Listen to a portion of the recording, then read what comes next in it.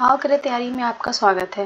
दोस्तों आज के वीडियो में हम करने वाले हैं 69वीं बीपीएससी परीक्षा 2023 जो कि संभावित है 30 सितंबर को इसका एग्ज़ाम होगा। आज इसी का हम देखेंगे टेस्ट नंबर फर्स्ट जो कि है दृष्टि आईएएस का। तो इसको आज हम देखने वाले हैं और ये जो टेस्ट फर्स्ट है दोस्तों ये इतिहास से संबंधित है। यहाँ पे इतिहास के प्रश्नों को लिया गया है और इसमें जो है एनसीईआरटी कक्षा 6 से लेकर कक्षा 12 तक की जो भी महत्वपूर्ण क्वेश्चंस हैं, जो भी महत्वपूर्ण कंसेप्ट्स हैं, उनको क्वेश्चंस के माध्यम से इस टेस्ट पेपर में इंक्लूड किया गया है। तो आज हम यहाँ पे इसका कंप्लीट एनालिसिस करेंगे टेस्ट फर्स्ट का जो कि आपका हिस्ट्री से संबंधित है। दोस्तों इसके पहले भी एडुटेरिया का मैंने टेस्ट 10 तक अपने चैनल पे करवा दिया है। जिन लोगों ने उस वीडियोज़ को नहीं देखा है प्लीज़ वो प्लेलिस्ट में जाके उस टेस्ट को देख सकते हैं। तो चलिए फिर हम प्रश्नों को देखना स्टार्ट करते हैं। इसका क्वेश्चन नंबर फर्स्ट है, सिंधु घाटी सभ्यता की सबसे पूर्वी सीमा कहाँ स्थित है? तो देखिए सिंधु घाटी सभ्यता जिसको हड़प्पा सभ्यता भी कहा जाता है और इस हड़प्पा सभ्यता की खोज किसने किया था ये भी थोड़ा एक्स्ट्रा जानकारी ले लेते हैं। तो ये किया था दयाराम साहनी ने और ये उन्होंने 1921 में किया था।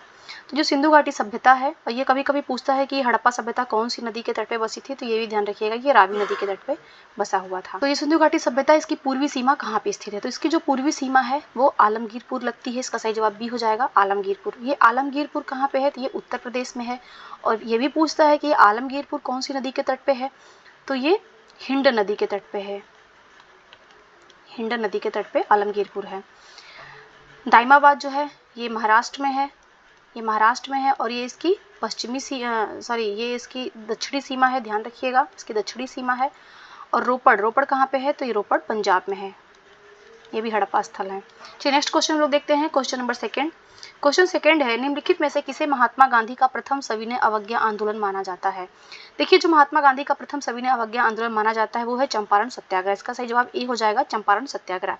चंपारण सत्याग्रह आपका हुआ था 1917 में, ये भी ध्यान रखिएगा। और कहाँ पे? तो ये बिहार में है। देखिए गांधी जी जो है वो 1915 में तो दक्षिण अफ्रीका से भारत आते हैं और वहाँ वापस आने के बाद वो क्या करते हैं कि एक सामूहिक आंदोलन का शुरुआत करते हैं। और ये जो सामूहिक आंदोलन था ये जो भी नस्लवादी शासन था उसको कुचलने के लिए, उसका विरोध करने के लिए एक आंदोलन जो तैयार करते हैं, इसी का नाम है सविनय अवज्ञा आंदोलन। चलिए नेक्स्ट हम लोग क्वेश्चन देखते हैं। क्वेश्चन नंबर 3, निम्न में से किस लिपि का प्रयोग जेम्स प्रिंसेप द्वारा सबसे प्राचीन शिलालेखों में किया गया है? देखिए जेम्स प्रिंसेप जो थे वो ईस्ट इंडिया कंपनी के टकसाल जो उनका डिपार्टमेंट था वहाँ पे एक अधिकारी थे ये। और इन्होंने जो है वो सबसे पहले लिपि को पढ़ना चालू किया था। स्पेशली जो अशोक की लिपियाँ थीं, अशोक का जो नाम हमें पता चलता है कि उसका नाम अशोक था, उसका किस लिपि में प्रियदर्शी नाम मिलता है। तो ये जेम्स प्रिंसेस ने सबसे पहले शिलालेख को पढ़ा था, उनकी लिपि को। तो इन्होंने जो अध्ययन किया था वो ब्राह्मी और खरोष्ठी लिपि का किया था। तो इसका सही जवाब हो जाएगा ब्राह्मी और खरोष्ठी। तो डी हो जाएगा इसका सही जवाब, उपयुक्त में से एक से अधिक। नेक्स्ट हम लोग क्वेश्चन देखते हैं। क्वेश्चन नंबर 4, निम्नलिखित में से किसे वर्ष 2021 के लिए सरस्वती सम्मान दिया गया है? देखिए 2021 का जो सरस्वती सम्मान दिया गया है वो दिया गया है रामदरस मिश्र को। इसका सही जवाब ए हो जाएगा रामदरस मिश्र। और इनकी जो रचना है इस रचना को भी याद रखिए, ये है मैं तो यहाँ हूँ, मैं तो यहाँ हूँ। इसके लिए जो है इन्हें दिया गया है। ये देखिए जो सरस्वती सम्मान होता है इसको के बिरला फाउंडेशन द्वारा दिया जाता है। और ये जो के बिरला फाउंडेशन है उसको 1991 में स्थापित किया गया था। और इसमें क्या होता है कि संविधान की जो 8वीं अनुसूची है, 8वीं अनुसूची में क्या है? भाषाएं हैं। तो 8वीं अनुसूची में जो भी भाषाएं शामिल हैं उन भाषाओं में पिछले 10 वर्षों के दौरान जो भी कोई एक अपना कोई भी साहित्यिक कृति जो प्रकाशित किया हो जिससे भारतीय जो नागरिक हैं उनको उससे फायदा हुआ हो, देश को जिससे लाभ हुआ हो, तो उस कृति के लिए उनको जो है दिया जाता है और इसमें 15 लाख रुपए का नगद पुरस्कार दिया जाता है। चलिए नेक्स्ट क्वेश्चन देखते हैं हम लोग। क्वेश्चन नंबर 5, पशुओं को पालतू बनाने की शुरुआत किस काल में हुई? देखिए जो पशुओं को पालतू बनाने की प्रारंभ किया गया था ये हुआ था मध्य पाषाण काल में। इसका सही जवाब बी हो जाएगा मध्य पाषाण काल। देखिए जो सबसे पहला पशु जिसको पालतू बनाया गया था ये ध्यान रखिएगा वो कुत्ता था। कुत्ते को सबसे पहले पालतू बनाया गया था। नेक्स्ट हम लोग क्वेश्चन देखते हैं। नेक्स्ट क्वेश्चन हमारा क्वेश्चन नंबर 6, संस्कृत निम्नलिखित में से किस भाषा समूह से संबंधित है? देखिए जो संस्कृत भाषा है वो किस भाषा समूह से है? जो संस्कृत भाषा है वो इंडो यूरोपियन भाषा है। सही जवाब इसका बी हो जाएगा, इंडो यूरोपियन भाषा संस्कृत है। नेक्स्ट हम लोग क्वेश्चन देखते हैं। क्वेश्चन नंबर 7, सूची 1 को सूची 2 से सुमेल करना है। यहाँ पे कुछ स्थल दिए हुए हैं और यहाँ पे उनके उत्खननकर्ता दिए गए हैं। देखिए अभी हमने ऊपर डिस्कस किया ही था, हड़प्पा की जो खोज किया था वो किया था दयाराम साहनी ने। कब किया था? तो हम लोग ये भी ध्यान में रखेंगे तो ये उन्होंने 1921 में किया था। और देखिए जो मोहनजोदड़ो की खोज किया था मोहनजोदड़ो की खोज किए थे राखाल दास बनर्जी, जिनको आर.डी. बनर्जी भी कहा जाता है। राखाल दास बनर्जी ने किया था और ये उन्होंने किया था 1922 में किया था। और लोथल की जो खोज किया था वो एस.आर. राव ने किया था और इसका खोज उन्होंने किया था 1953 में। और धौलावीरा की जो खोज किया था वो आर.एस. बिस्ट ने किया था और इसकी खोज उन्होंने किया था 1985 में। इस प्रकार जो आपका सही सुमेल हो जाएगा वो जवाब हो जाएगा आपका B is the correct option. Next हम लोग क्वेश्चन देखते हैं, क्वेश्चन नंबर 8। क्वेश्चन नंबर 8 है, निम्नलिखित में से कौन सा मध्य पाषाण स्थल बिहार में है। देखिए मध्य पाषाण स्थल जो है वो बिहार में पूछ रहा है कौन से स्थल हैं, तो इसका जो सही जवाब होगा वो ए हो जाएगा, पैसरा। पैसरा जो स्थल है वो बिहार में है, ठीक है। इसके अलावा भी जो मध्य पाषाण स्थल हैं जैसे लंघनाज कहाँ पे है तो गुजरात में है। इसके अलावा उत्तर प्रदेश में देख लेते हैं कौन कौन से स्थल हैं, जैसे बागोर हो गया, चौपानी मांडो हो गया, सराय नाहर राय हो गया, महदहा हो गया, दमदमा हो गया। ये देखिए जो महदहा दमदमा यहाँ से जो हमें हड्डियों के साक्ष्य मिले हैं तो ये सभी मध्य पाषाण काल से संबंधित हैं। और जो संगन कल्लू और किब्बन हल्ली ये भी मध्य पाषाण स्थल है, तो ये कर्नाटक में है। नेक्स्ट हम लोग क्वेश्चन देखते हैं, क्वेश्चन नंबर 9। ताम्र पाषाण कालीन उत्तरी भारत में मृदभांडों की कौन सी शैली प्रचलित थी। देखिए जो ताम्र पाषाण कालीन मृदभांड पूछ रहा है, तो ये जो मृदभांडों की जो शैली प्रचलित थी वो गिरुए रंग के मृदभांड प्रचलित थे। इसका सही जवाब हो जाएगा सी, गिरुए रंग के मृदभांड। नेक्स्ट हम लोग क्वेश्चन देखते हैं, नेक्स्ट क्वेश्चन है हमारा क्वेश्चन नंबर 10। निम्नलिखित में से कौन सी मैथिली साहित्य की प्राचीनतम कृति है। देखिए मैथिली साहित्य की प्राचीनतम कृति पूछ रहा है, तो इसका जो सही जवाब हो जाएगा वो हो जाएगा ए, वर्ण रत्नाकर। वर्ण रत्नाकर जो है वो मैथिली साहित्य की प्राचीनतम कृति है और इसकी जो रचना किए हैं वर्ण रत्नाकर की, इसके जो रचयिता हैं वो हैं ज्योतिरीश्वर ठाकुर, ज्योतिरीश्वर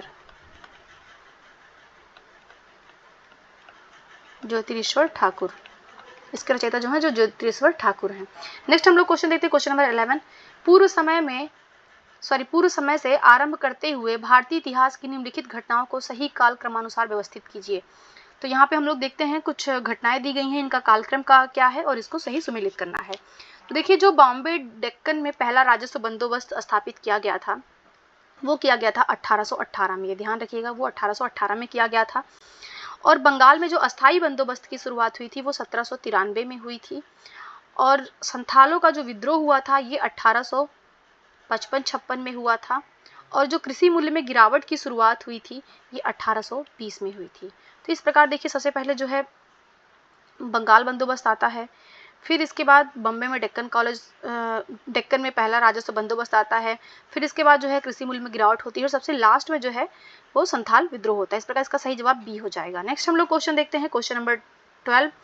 भारतीय वस्त्र के संबंध में विचार करना है और बताना है कौन से जो है वो सही हैं। देखिए शिट्स एक प्रकार, ये जो शिट्स है एक छापेदार सूती वस्त्र है। देखिए बिल्कुल सही है, जो सिट्स था ये एक छापेदार सूती वस्त्र था, ये डिजाइन थी जिसपे ऐसे ठप्पा मार के बनाया जाता था, उसको सिट्स कहा जाता था। सेकंड जो है बडाना शब्द का इस्तेमाल गर्दन अथवा सिर पर पहनने वाले चटक रंग के छापेदार गुलूबंद के लिए किया जाता था। देखिए बिल्कुल ये भी करेक्ट है, जो बडाना शब्द था इसका प्रयोग ही किया जाता था कि जो गर्दन या सिर पर पहनने वाले जो भी चटक रंग के गुलूबंद होते थे उनके लिए किया जाता था। थर्ड है कि भारत में पहली सूती मिल वर्ष 1854 में स्थापित की गई थी, जो कि एक कताई मिल के रूप में थी। देखिए ये भी बिल्कुल सही है, इसको तीनों ही सही इसका है, तो इसका जो सही आंसर हो जाएगा वो डी हो जाएगा, उपयुक्त में से एक से अधिक। देखिए यहाँ पे आप ध्यान रखिएगा, बडाना मतलब होता है एक बांधना। हिंदी में बडाना का जो अर्थ होता है वो बांधना, तो जो भी बांधने का प्रयोग होगा उसको लिए बडाना शब्द का इस्तेमाल किया जाता था। चलिए नेक्स्ट क्वेश्चन हम लोग देखते हैं, क्वेश्चन नंबर 13। प्रतिहार शासक महिपाल प्रथम था। तो यहाँ पे महिपाल प्रथम के बारे में है। देखिए राजवंश का प्रथम शासक था, तो देखिए बिल्कुल गलत है, जो महिपाल था ये राजवंश का प्रथम शासक नहीं था, बल्कि प्रथम शासक कौन था, तो ये ध्यान रखिएगा ये नागभट्ट प्रथम था। ये जो नागभट्ट प्रथम था ये राजवंश का प्रथम शासक था और इसी ने जो है नागभट्ट प्रथम ने ही जो है प्रतिहार वंश की स्थापना किया था। और उसकी जो इन्होंने स्थापना नहीं किया था, ये महत्वपूर्ण शासक था उस वंश का। और इसने जो है बहुत सारी उपलब्धियां इसके नाम है, सब उसमें इंपॉर्टेंट उपलब्धि ये है कि इसने अरबों को पराजित किया था, नागभट्ट प्रथम। सेकंड है कि महिपाल के बारे में, उसने गद्दी तो हासिल की परंतु राष्ट्रकूटों ने उसे पराजित कर दिया। देखिए इसका सही जवाब है कि महिपाल जो प्रथम था वो उसने गद्दी तो हासिल किया था परंतु उसको राष्ट्रकूट ने क्या किए थे, पराजित कर दिए थे, तो ये सही आंसर है। और भांडी अथवा भंटी वंश को पराजित करने में सफल रहा। देखिए गलत है, जो भांडी या उसी को भट्टी वंश कहते थे, इसको पराजित किया था वत्सराज ने, ये ध्यान रखिएगा, उसको वत्सराज ने पराजित किया था, ना कि उसको महिपाल ने। तो इसका जो सही जवाब होगा वो बी हो जाएगा। नेक्स्ट हम लोग क्वेश्चन देखते हैं, question number 14। Next question number 14 देखते हैं, निम्नलिखित में से किस क्रिकेट टीम ने 2022 का रणजी ट्रॉफी फाइनल जीता है। देखिए जो रणजी ट्रॉफी फाइनल 2022 का जो जीता है वो जीता है मध्य प्रदेश ने। इसका सही जवाब बी हो जाएगा, मध्य प्रदेश ने। और ये मध्य प्रदेश ने किसको हरा के जीता है, तो ये भी ध्यान रखिएगा, ये इसने मुंबई को हरा करके जीता है, ध्यान रखिएगा, मुंबई को हरा के जीता है। और ये जो मैच हुआ था 2022 का, ये मैच हुआ था बेंगलुरु के एम चिन्नास्वामी स्टेडियम में, ये भी ध्यान रखिएगा, ये बेंगलुरु के एम चिन्नास्वामी स्टेडियम में ये मैच खेला गया था। नेक्स्ट हम लोग देखते हैं क्वेश्चन नंबर 15, निम्नलिखित में से अर्थशास्त्र के लेखक कौन हैं। देखिए जो अर्थशास्त्र के लेखक हैं वो सबको ही पता होगा, कॉमन क्वेश्चन है, तो चाणक्य हैं। चाणक्य, इन्हीं के सहयोग से चंद्रगुप्त मौर्य ने क्या किया था, मौर्य वंश की स्थापना किया था। और ये मौर्य के ही क्या थे, महामंत्री ही थे ये। नेक्स्ट हम लोग क्वेश्चन देखते हैं, क्वेश्चन नंबर 16, अभिधम पिटक संबंधित है। देखिए जो अभिधम पिटक है ये किससे संबंधित है, तो ये दर्शन से जुड़े हुए विषय, जो बुद्ध के दर्शन से जुड़े हुए विषय थे उसको अभिधम पिटक में रखा गया था। इसका सही जवाब बी हो जाएगा। देखिए नियम और विनिमय, जो नियम और विनिमय है ये विनय पिटक में रखे गए थे, भी ध्यान रखिएगा। और जो बुद्ध के उपदेश थे उसको सुत्त पिटक में रखा गया था। नेक्स्ट क्वेश्चन देखते हैं, क्वेश्चन नंबर 17, रैयतवाड़ी प्रणाली किसके द्वारा प्रारंभ की गई थी। देखिए जो रैयतवाड़ी प्रणाली थी ये प्रारंभ किया था थॉमस मुनरो और कैप्टन रीड ने। तो इसका जो सही जवाब होगा वो डी हो जाएगा, उपयुक्त में से एक से अधिक, क्योंकि इन दोनों ने ही इसको प्रारंभ किया था। जो थॉमस मुनरो कैप्टन रीड थे उन्होंने 1820 में क्या कहते हैं, कंपनी के जो भी क्षेत्र थे वहां पे पहली बार इसको प्रस्तुत किया था। ये जो रैयतवाड़ी प्रणाली होती है इसमें ध्यान रखिएगा आप लोग कि होता क्या है कि जो भी भू राजस्व वसूली का अधिकार होता है, जैसे जो भी राजस्व, जो भी टैक्सेस हैं, अगर वो लेना होगा तो इसमें जो भी काश्तकार होंगे वो प्रत्यक्ष रूप से ब्रिटिश को देंगे, इसमें कोई मीडिएटर नहीं होता है इस प्रणाली में। और रैयत का मतलब ही होता है किसान या काश्तकार जो भी। और सबसे बड़ी चीज़ ये थी रैयतवाड़ी प्रणाली में कि जो भी भूमि की बिक्री, हस्तांतरण, पट्टे पे देने, इन सभी का पूर्ण अधिकार इन रैयतों को होता था, इन काश्तकारों को होता था इस प्रणाली में। और ये प्रणाली जो है ये ज़्यादा करके दक्षिण भारत के अधिकांश भागों में ये प्रचलित था, जिसमें पहली बार इसको तमिलनाडु में प्रस्तुत किया गया था। इसके अलावा भी ये जो प्रणाली है वो महाराष्ट्र, बरार, पूर्वी पंजाब, कुर्ग और असम तक ये फैला हुआ था। नेक्स्ट हम लोग क्वेश्चन देखते हैं, क्वेश्चन नंबर 18, निम्नलिखित में से किसने मार्सेई में यंग इटली जो कि एक भूमिगत समाज की स्थापना किया था। देखिए जो यंग इटली था ये एक भूमिगत समाज थी, इसकी स्थापना किसने किया था, मार्सेई में। तो इसकी जो स्थापना किया था ये ज्यूसेपे मेत्सनी ने किया था। इसका सही जवाब सी हो जाएगा, ज्यूसेपे मेत्सनी। इन्होंने क्या किया था कि इटली की स्वतंत्रता और एकता के लिए एक संघर्ष स्टार्ट किया था। तो इसी संघर्ष में जो है ये संस्था को स्थापित किया था इन्होंने। नेक्स्ट हम लोग क्वेश्चन देखते हैं, नेक्स्ट क्वेश्चन है क्वेश्चन नंबर 19, सूची 1 को सूची 2 से सुमेल करना है। यहाँ पे गांधी जी द्वारा चलाए गए कुछ आंदोलन है और उनका जो है वर्ष उनसे मैच करना है। तो देखिए जो सविनय अवज्ञा आंदोलन था, जो सविनय अवज्ञा आंदोलन था ये 1930 में प्रारंभ किया गया था, इसका 2 से मैच हो जाएगा। और असहयोग जो आंदोलन था, असहयोग आंदोलन 1920 में, और भारत छोड़ो आंदोलन 1942 में, और खिलाफत आंदोलन 1919 में। तो इसका जो सही जवाब होगा वो ए हो जाएगा, ये इसका करेक्ट ऑप्शन हो जाएगा। नेक्स्ट क्वेश्चन हम देखते हैं, क्वेश्चन नंबर 20, निम्नलिखित में से कौन से दार्शनिक जो है भौतिकतावादी चिंतन में विश्वास करते थे। तो जो भौतिकतावादी चिंतन है, भौतिकतावादी चिंतन में विश्वास करने वाले जो दार्शनिक थे वो चारवाक और अजीत केस कम्बलिन थे। तो ये दोनों ही सही जवाब है इसका। तो इस प्रकार इसका जो सही जवाब होगा वो डी हो जाएगा, उपयुक्त में से एक से अधिक। देखिए जो इन लोगों का जो मानना था, भौतिकतावादी जो दार्शनिक थे, इनका मानना था कि जो हमारा ये शरीर बना है इसमें 4 ही तत्व की प्रधानता है, वो है अग्नि, जल, वायु और इंद्रियां। मृत्यु के बाद जो है पृथ्वी पर वापस लौट के नहीं आना है, या मृत्यु के बाद जो है कोई जीवन नहीं होता है। जो भौतिकवादी दार्शनिक थे उनका ये मानना ही नहीं था कि पुनर्जन्म होता है।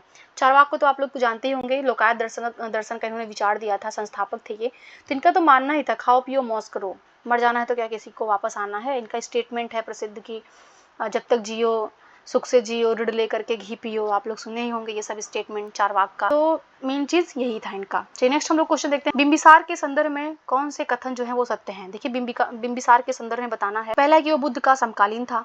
देखिए बिल्कुल सही है, जो बिंबिसार थे वो बुद्ध के समकालीन थे, तो ये इसका सही स्टेटमेंट हो जाएगा। देखिए सेकेंड स्टेटमेंट है, कौशल के शासक की बहन से विवाह उपरांत उसे दहेज के रूप में काशी प्राप्त हो गया था।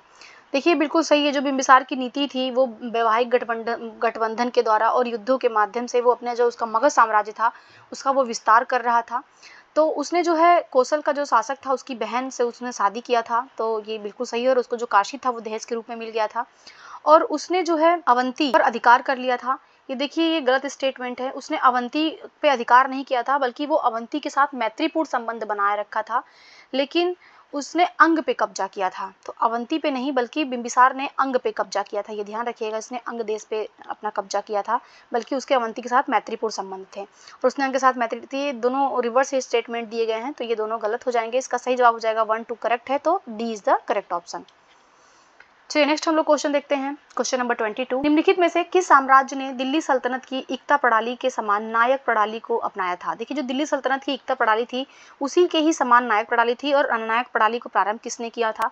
तो नायक प्रणाली को जो अपनाया था वो काकती ने अपनाया था और विजयनगर, इन दोनों ने ही अपनाया था। तो इसका जो सही जवाब होगा वो डी हो जाएगा, उपयुक्त में से एक से अधिक। देखिए ये जो एकता प्रणाली थी, एकता प्रणाली क्या थी? तो इसमें होता ये था कि जो भी सैनिक होते थे या जो भी सैन्य सेवा प्रदान करते थे शासक को, शासक उनको पेमेंट करने के बदले एक कुछ क्षेत्र आवंटित कर देता था, जिसे ही एकता प्रणाली कहा जाता था। नेक्स्ट हम लोग क्वेश्चन देखते हैं, क्वेश्चन नंबर 23। क्वेश्चन नंबर 23 है पूसा विहार, पूसा बसंती और पूसा नारंगी, ये तीनों ही क्या हैं? तो पूसा बहार, पूसा बसंती और पूसा नारंगी, ये तीनों ही जो हैं वो गेंदे के फूल की किस्में हैं। इसका सही जवाब बी हो जाएगा। नेक्स्ट क्वेश्चन हम देखते हैं, क्वेश्चन नंबर 24, ऋग्वेद में निम्नलिखित में से किस देवता का सर्वाधिक बार उल्लेख किया गया है? तो ऋग्वेद में जो सर्वाधिक देवता का उल्लेख किया गया है वो है इंद्र, सही जवाब इसका डी हो जाएगा। इंद्र को है जो सर्वाधिक उल्लेख किया गया है। इंद्र को उस समय पुरंदर कहा जाता था, पुरंदर जो किलों को तोड़ने वाला होता था। और अग्नि जो थे वो भगवान और जो आमजन थे उनके बीच मध्यस्थता का काम करते थे अग्नि। सूर्य जो थे वो अंधकार को दूर करने वाला देवता था और जो वरुण जो थे वो जल के देवता थे। चलिए नेक्स्ट हम लोग क्वेश्चन देखते हैं, क्वेश्चन नंबर 25, निम्नलिखित में से किस देश में ऑरेकल अस्थि इसको ऑरेकल बोन्स स्क्रिप्ट कहा जाता है वो पाई जाती है? तो कौन से देश में ऑरेकल बोन्स स्क्रिप्ट पाई जाती है? तो इसका जो सही जवाब होगा वो बी हो जाएगा, चीन में ये पाया जाता है। देखिए चीन में क्या होता है, लगभग 3500 वर्ष पूर्व जो लिखने का सबसे पहले प्रमाण हमें प्राप्त होता है वो चीन में ही प्राप्त होता है। और ये जो अभिलेख मिला है ये पशुओं की हड्डियों पर ही उनको लिखा जाता था और उन पर लिखने की ये लिपि थी। चलिए नेक्स्ट हम लोग क्वेश्चन देखते हैं, क्वेश्चन नंबर 26 को सूची 2 से सुमेल करना है और सही आंसर बताना है। तो मोठ की मस्जिद, देखिए जो मोठ की मस्जिद है इसका निर्माण जो है वो दिल्ली सल्तनत के शासक काल में दिल्ली शहर में किया गया था। इसका जो निर्माण है वो 1505 ईस्वी में कराया था। अफगानी जो लोधी वंश का शासक था, दूसरा शासक था सिकंदर लोधी और उसी का नाम है निजाम खान। उसका जो वजीर था वजीर मियाँ भुइया, इसके द्वारा कराया गया था। तो इसका जो सही जवाब होगा वो ए का जो है वो एक से मैच हो जाएगा। और कुव्वत उल इस्लाम मस्जिद, जो कुव्वत उल इस्लाम मस्जिद है यह भारत की सबसे पुरानी मस्जिदों में से एक है और इसको जो है 1192 में और 1198 के बीच कुतुबुद्दीन ऐबक के द्वारा इसको निर्मित किया गया था। 1192 और 1198 के बीच में कौन बनाया था? इसको कुतुबुद्दीन ऐबक ने बनाया था। तो इसका 2 से मैच हो जाएगा। थर्ड है जमाली कमाली मस्जिद, जो जमाली कमाली मस्जिद है यह मस्जिद जो है दक्षिणी दिल्ली में कुतुब मीनार परिसर के बाहर महरौली में स्थित है और इसको बनाया था शेख अल फजल अल्लाह। इसको मैच करेंगे 4 से।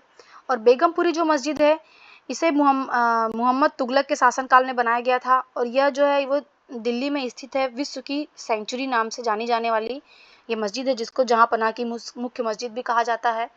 तो इसको बनाया था मोहम्मद तुगलक ने। ध्यान रखिएगा डी से मैच हो जाएगा 3। तो इस प्रकार जो इसका सही जवाब होगा वो ए हो जाएगा।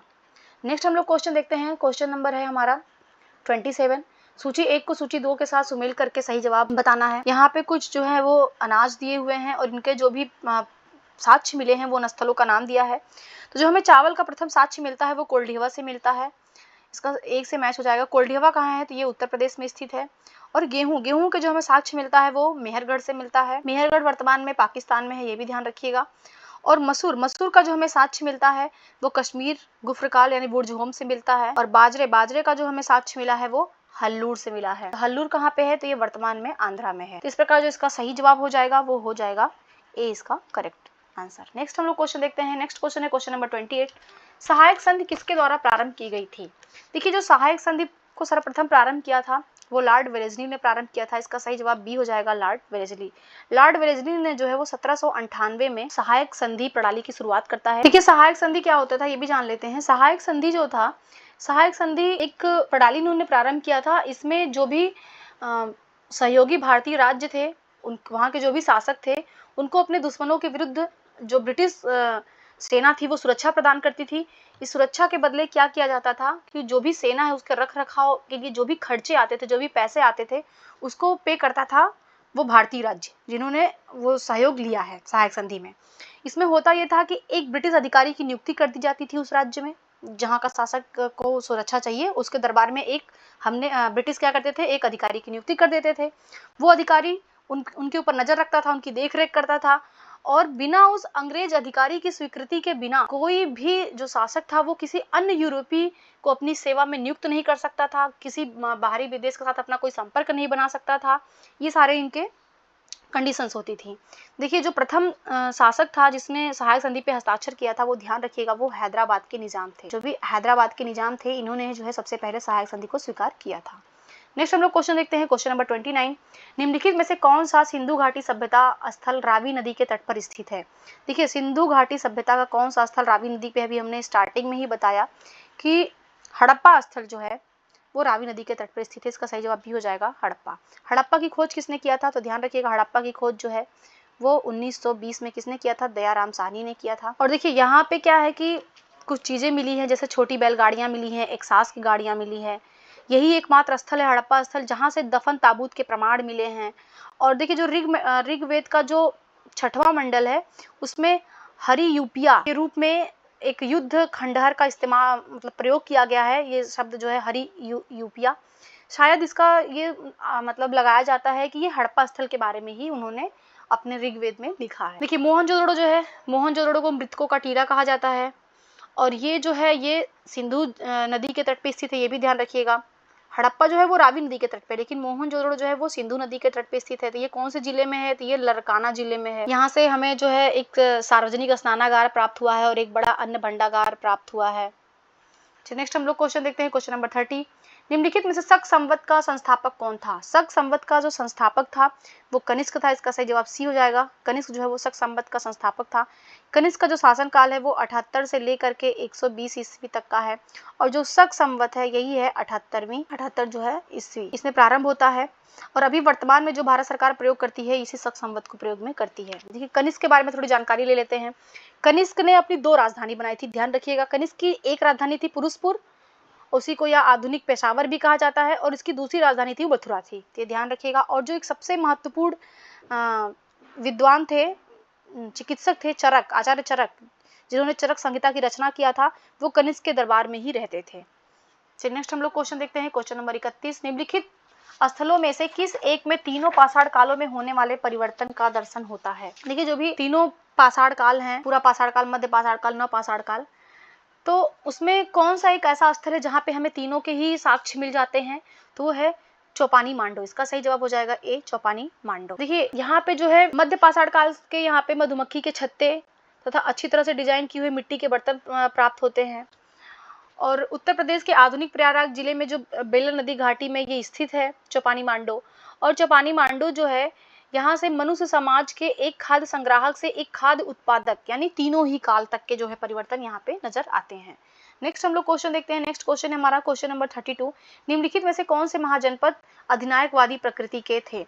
तो अधिनायकवादी प्रकृति के जो महाजनपद थे वो थे कम्बोज और गांधार। तो इस प्रकार इसका जो सही जवाब होगा वो सी हो जाएगा। देखिए जो हमें 16 महाजनपदों की जानकारी मिलती है वो बौद्ध धर्म के अगुत्तर निकाय से मिलती है। जो साम्राज्य थे, जो 16 महाजनपद थे, ये मुख्य रूप से गंगा के मैदानों में पाए जाते थे, और जबकि लेकिन जो गणराज्य थे वो हिमालय की तलहटी के आसपास या आधुनिक पंजाब के क्षेत्र में फैले हुए थे। नेक्स्ट हम लोग क्वेश्चन देखते हैं, क्वेश्चन नंबर 33।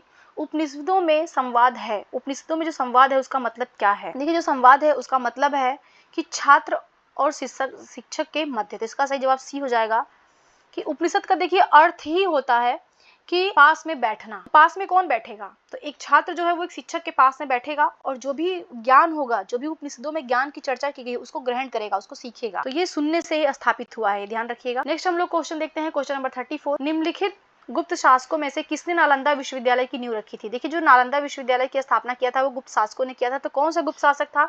तो कुमारगुप्त प्रथम ने किया था। इसका सही जवाब ए हो जाएगा, कुमारगुप्त प्रथम।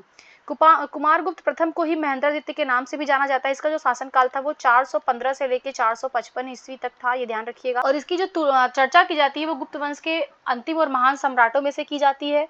उसने नालंदा विश्वविद्यालय की नींव रखी थी और इसने जो है अश्वमेध यज्ञ का भी आयोजन किया था, ये भी ध्यान रखिएगा। नेक्स्ट हम लोग क्वेश्चन देखते हैं, क्वेश्चन नंबर 35। निम्नलिखित में से किस स्थान पर अशोक स्तंभ के शिलालेख प्राप्त नहीं हुए हैं? कौन सा ऐसा स्थल है जहाँ पे अशोक के स्तंभ या शिलालेख जो है प्राप्त नहीं हुए हैं? देखिए गिरनार से जो है वो हमें अशोक स्तंभ के शिलालेख की प्राप्ति नहीं होती है। इसका सही जवाब ए हो जाएगा, गिरनार। अशोक के जो है 7 स्तंभ शिलालेख थे, जो प्राप्ति, देखिए इनके जो शिलालेख थे वो 7 थे और इसकी जो प्राप्ति हुई है वो दिल्ली, टोपरा, मेरठ, कौशाम्बी, रामपुरवा, लौरिया, अरेराज, लौरिया, नंदनगढ़ और कांधार में पाए गए हैं। नेक्स्ट हम लोग क्वेश्चन देखते हैं, क्वेश्चन नंबर 36। प्रार्थना समाज की स्थापना बंबई के किसके द्वारा की गई थी? देखिए जो प्रार्थना समाज की स्थापना है वो बंबई के कौन थे जिन्होंने इसकी स्थापना किया था? तो इसकी स्थापना किया था डॉक्टर आत्मारंग पांडुरंग। सही जवाब इसका सी हो जाएगा। प्रार्थना हमेशा आत्मा से की जाती है, इसका एक छोटा ट्रिक है ध्यान रखने के लिए। तो प्रार्थना समाज की स्थापना किया था डॉक्टर आत्मारंग पांडुरंग ने और इसकी स्थापना हुई थी 1876 में। देखिए जो प्रार्थना समाज था इसके 4 सूत्री सामाजिक एजेंडा था जिसपे इन्हें काम करना था। पहला था कि जाति व्यवस्था को अस्वीकृत करना है, सेकंड था महिला शिक्षा को बढ़ावा देना है और थर्ड था विधवा पुनर्विवाह को प्रचलित कराना है और फोर्थ था पुरुषों और महिलाओं दोनों के लिए जो विवाह की उम्र है उसको उसमें वृद्धि करना है। नेक्स्ट हम लोग क्वेश्चन देखते हैं। नेक्स्ट क्वेश्चन हमारा क्वेश्चन नंबर 37।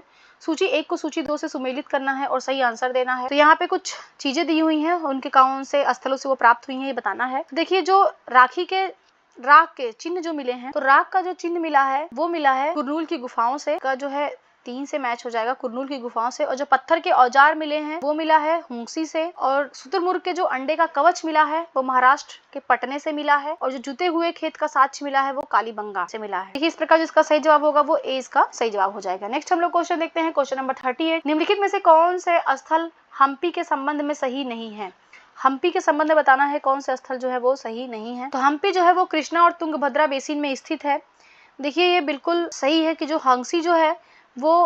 जो हम्पी है वो कृष्णा और तुंगभद्रा बेसिन में स्थित है। यहाँ पे क्या होता है कि 1336 में विजयनगर साम्राज्य के केंद्र के रूप में इसको स्थापित किया गया था हम्पी को। और सेकंड है महानवमी उत्सव हम्पी में मनाया जाने वाला सबसे महत्वपूर्ण त्योहारों में से एक है। देखिए ये भी बिल्कुल करेक्ट है, जो महानवमी उत्सव है ये हम्पी में मनाया जाता है। और थर्ड है विजय विठल मंदिर का निर्माण 15वीं शताब्दी में राजा देवराय प्रथम ने करवाया था। देखिए जो विजय विठल मंदिर है इसका जो निर्माण है वो, देखिए जो विजय विठल मंदिर का निर्माण है वो 15वीं शताब्दी में राजा देवराय प्रथम ने करवाया था। देखिए विजय विठल मंदिर का जो निर्माण करवाया था वो 15वीं शताब्दी में हुआ था, लेकिन इसको राजा देवराय प्रथम ने नहीं बल्कि राजा देवराय सेकंड ने इसको करवाया था, ये ध्यान रखिएगा। इस प्रकार से ये थर्ड वाला जो है वो गलत हो जाएगा। और ये जो विजय विठल मंदिर है ये तुंगभद्रा नदी के तट पर स्थित है, ये भी ध्यान रखिएगा। और इसका जो विस्तार करवाया था वो कृष्णदेव राय ने करवाया था विजय विठल मंदिर का। तो थर्ड वाला गलत हो जाएगा। इस प्रकार जो इसका सही जवाब होगा वो बी हो जाएगा, बी इसका करेक्ट ऑप्शन हो जाएगा, केवल 3 जो है वो गलत है। नेक्स्ट हम लोग क्वेश्चन देखते हैं। नेक्स्ट क्वेश्चन 39 नंबर क्वेश्चन, महापाषाणों के संदर्भ में कौन से कथन जो है सही है बताना है। महापाषाणों के संदर्भ में तो इन्हें लोगों द्वारा सावधानी पूर्वक व्यवस्थित किया गया था, बिल्कुल सही है। जो महापाषाण थे बड़े बड़े पत्थर होते थे, इनको बहुत सावधानी से इनको व्यवस्थित किया जाता था और इनका जो उपयोग है वो कब्रगाहों को चिन्हित करने के लिए किया जाता था, ये भी बिल्कुल सही है। थर्ड है जो महापाषाणकालीन कब्र थी उसको लोहे के उपकरण वहां से प्राप्त हुए हैं, देखिए ये भी बिल्कुल सही है, वहां से जो है वो लोहे के उपकरण प्राप्त हुए हैं। तो इस प्रकार जो सही ऑप्शन होगा वो डी हो जाएगा, उपयुक्त में से एक से अधिक, क्योंकि तीनों ही स्टेटमेंट जो है वो करेक्ट हैं। चलिए नेक्स्ट हम लोग क्वेश्चन देखते हैं। नेक्स्ट क्वेश्चन है हमारा क्वेश्चन नंबर 40। निम्नलिखित में से किस वेद में ब्यास तथा सतलज नदियों के साथ ऋषि विश्वामित्र के संवाद का उल्लेख मिलता है? तो कौन से वेद में जो है वो ब्यास तथा सतलज जो नदियां हैं दो, इन नदियों के साथ जो विश्वामित्र का संवाद हुआ है उसका उल्लेख मिलता है?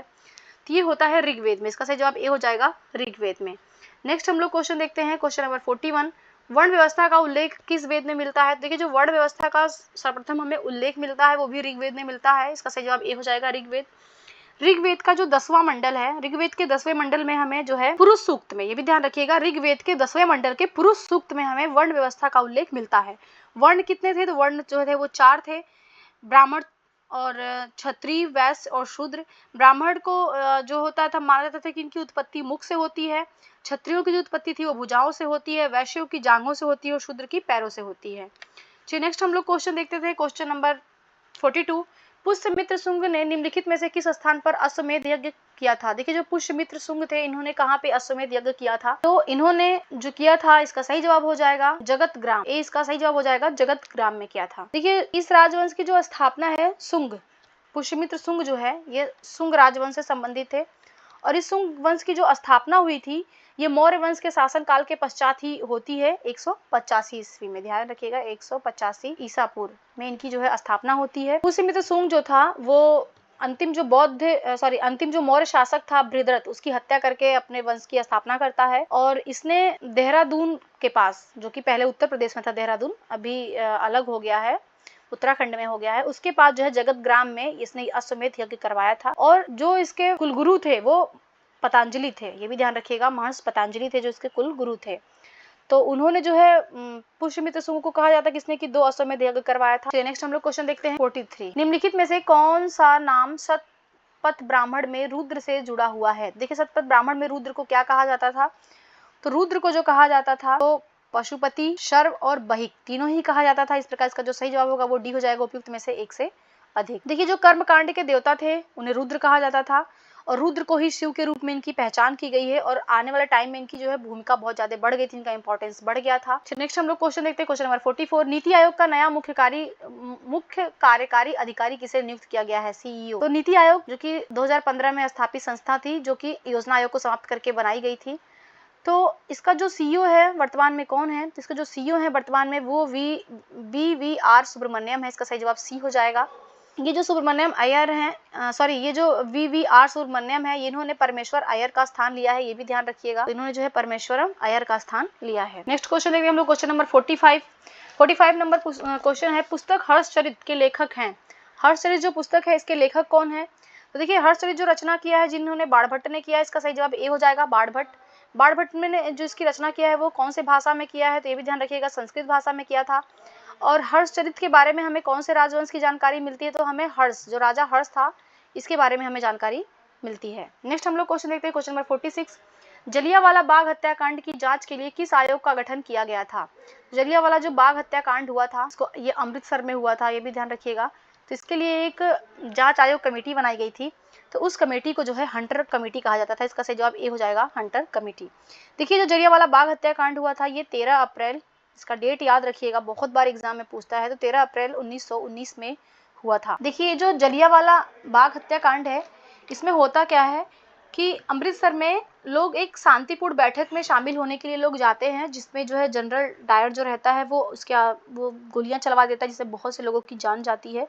इसी की जांच करने के लिए जो है हंटर आयोग का गठन किया गया था। नेक्स्ट हम लोग क्वेश्चन देखते हैं, क्वेश्चन नंबर 47।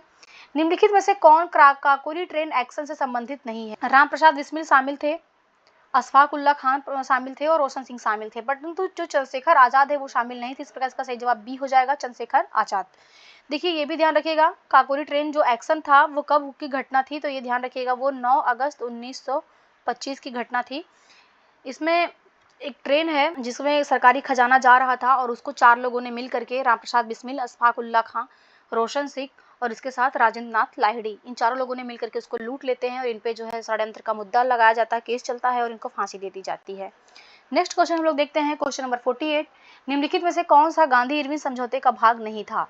तो गांधी इरविन जो समझौता है ये समझौता कब हुआ था? ये भी ध्यान रखिएगा, ये 5 मार्च 1931 में हुआ था और इसमें कुछ जो चीज़ें शामिल की गई थी जिसपे गांधी जी ने हस्ताक्षर किया था, तो वो देख लेते हैं क्या क्या था। तो सविनय अवज्ञा आंदोलन में शामिल कैदियों की रिहाई, देखिए ये बिल्कुल था कि इसमें था कि जो भी सविनय अवज्ञा आंदोलन में जो भी कैदी को कैद कर लिया गया है, जो भी उनके सहयोगी थे, तो उनको आप रिहा करो, और नमक कर को समाप्त करने की बात की गई थी। और हिंसा के लिए आरोपित कैदियों की रिहाई, देखिए गलत है, जिन्होंने हिंसा किया था उनके लिए रिहाई की बात गांधी जी ने नहीं किया था, तो ये गलत हो जाएगा। तो इसका जो सही जवाब होगा वो सी इसका सही जवाब हो जाएगा, क्योंकि ये इसमें शामिल नहीं था। नेक्स्ट क्वेश्चन हम लोग देखते हैं, क्वेश्चन नंबर 49। ऋग्वैदिक समाज के संदर्भ में कौन कथनों पे विचार करना है और बताना है कि कौन से कथन जो है वो सही है। ऋग्वैदिक समाज के बारे में पूछ रहा है। तो महिलाओं को यज्ञ में आहुति देने की अनुमति नहीं थी, देखिए ये गलत है। महिलाओं को यज्ञ में आहुति देने की अनुमति थी। ऋग्वैदिक समाज में महिलाओं का जो भी स्थान था वो बहुत ही अच्छा था। इनका जो महिलाओं की जो स्थिति बिगड़ती है वो उत्तर वैदिक काल में बिगड़ती है। ऋग्वैदिक काल में तो बहुत सी विदुषी महिलाएं भी होती हैं जो खुद ग्रंथों की रचना करती हैं, वाद विवाद भी करती हैं। तो इनको ये पहला स्टेटमेंट तो गलत हो जाएगा। सेकंड है, अधिक पुत्रों का होना वरदान माना जाता था। ये बिल्कुल सही है। उस समय युद्ध ही जो है वो पुत्रों और गायों के लिए ही लड़ा जाता था, तो इन दोनों का ज़्यादा ही समाज में महत्वपूर्ण स्थान था। और बाल विवाह का प्रचलन था।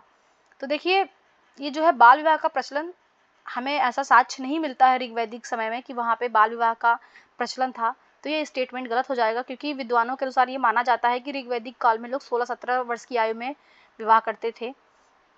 तो 1 और 3 तो गलत हो जाएगा। तो इसका जो सही जवाब होगा वो केवल 2 करेक्ट, 20 का सही जवाब हो जाएगा। नेक्स्ट हम लोग क्वेश्चन देखते हैं। नेक्स्ट क्वेश्चन है हमारा क्वेश्चन नंबर 50।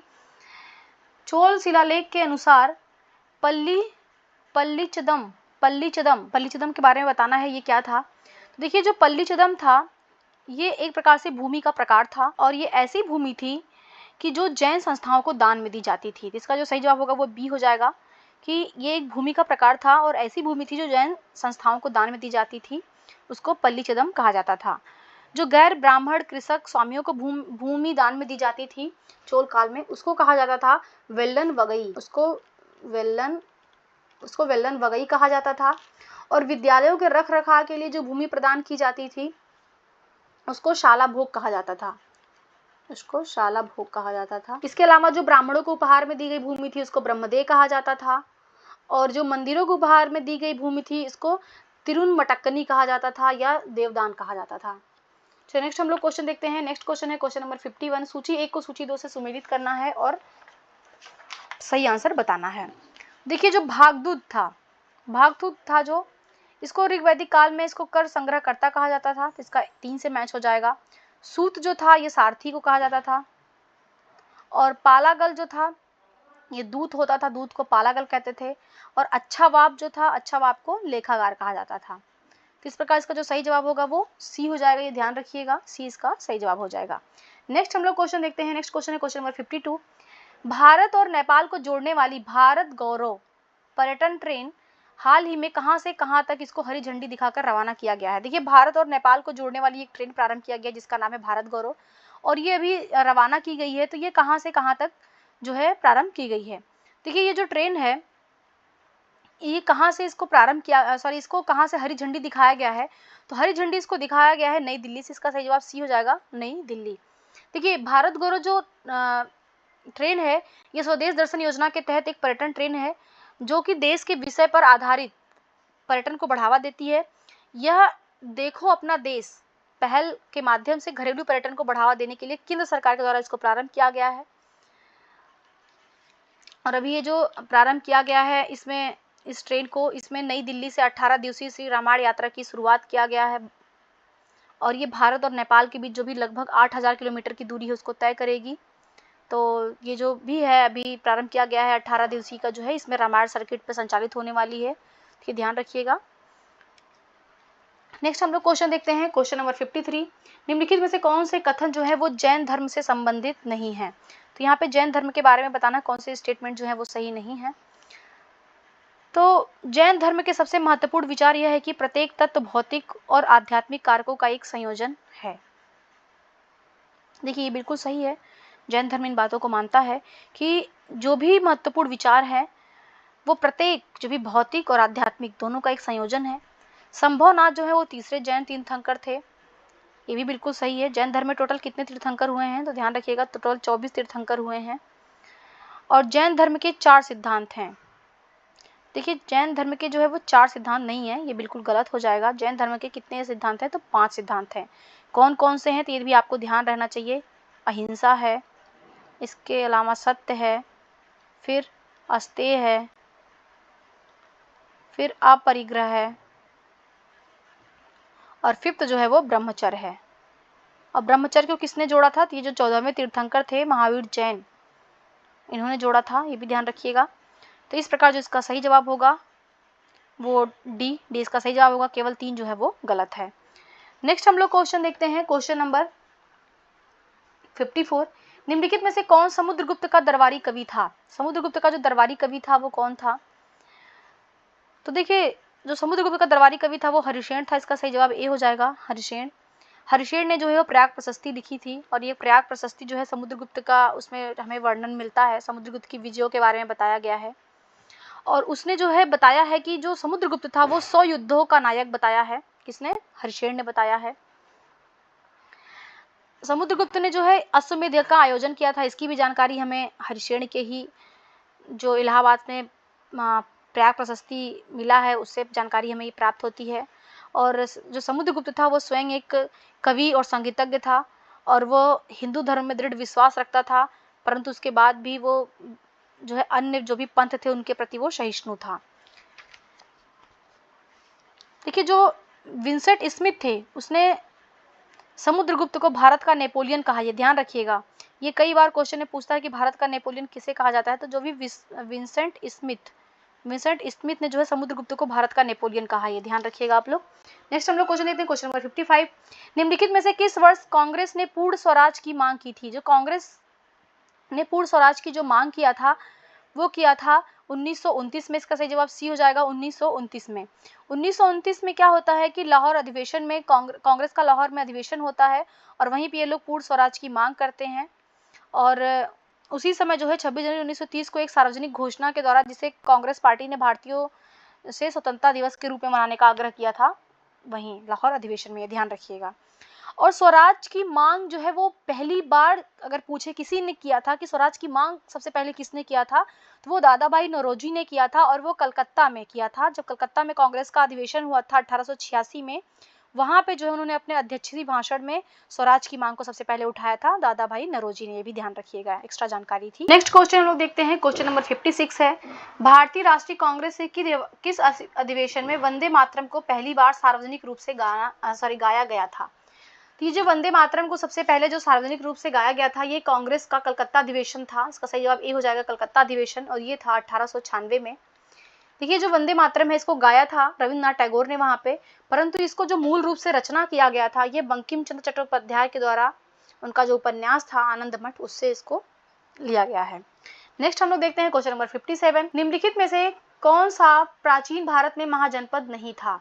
तो कौन सा जनपद है जो प्राचीन भारत में महाजनपद नहीं था? तो देखिए, जो लिच्छवी था, लिच्छवी जो था वो महाजनपद नहीं था, ये ध्यान रखिएगा। बल्कि लिच्छवी जो है महाजनपद के ही, जो वज्जी महाजनपद था, ये ध्यान रखिएगा, जो वज्जी महाजनपद था इसके अधीन एक प्रांत था, ना कि ये महाजनपद था। तो इसका सही जवाब हो जाएगा।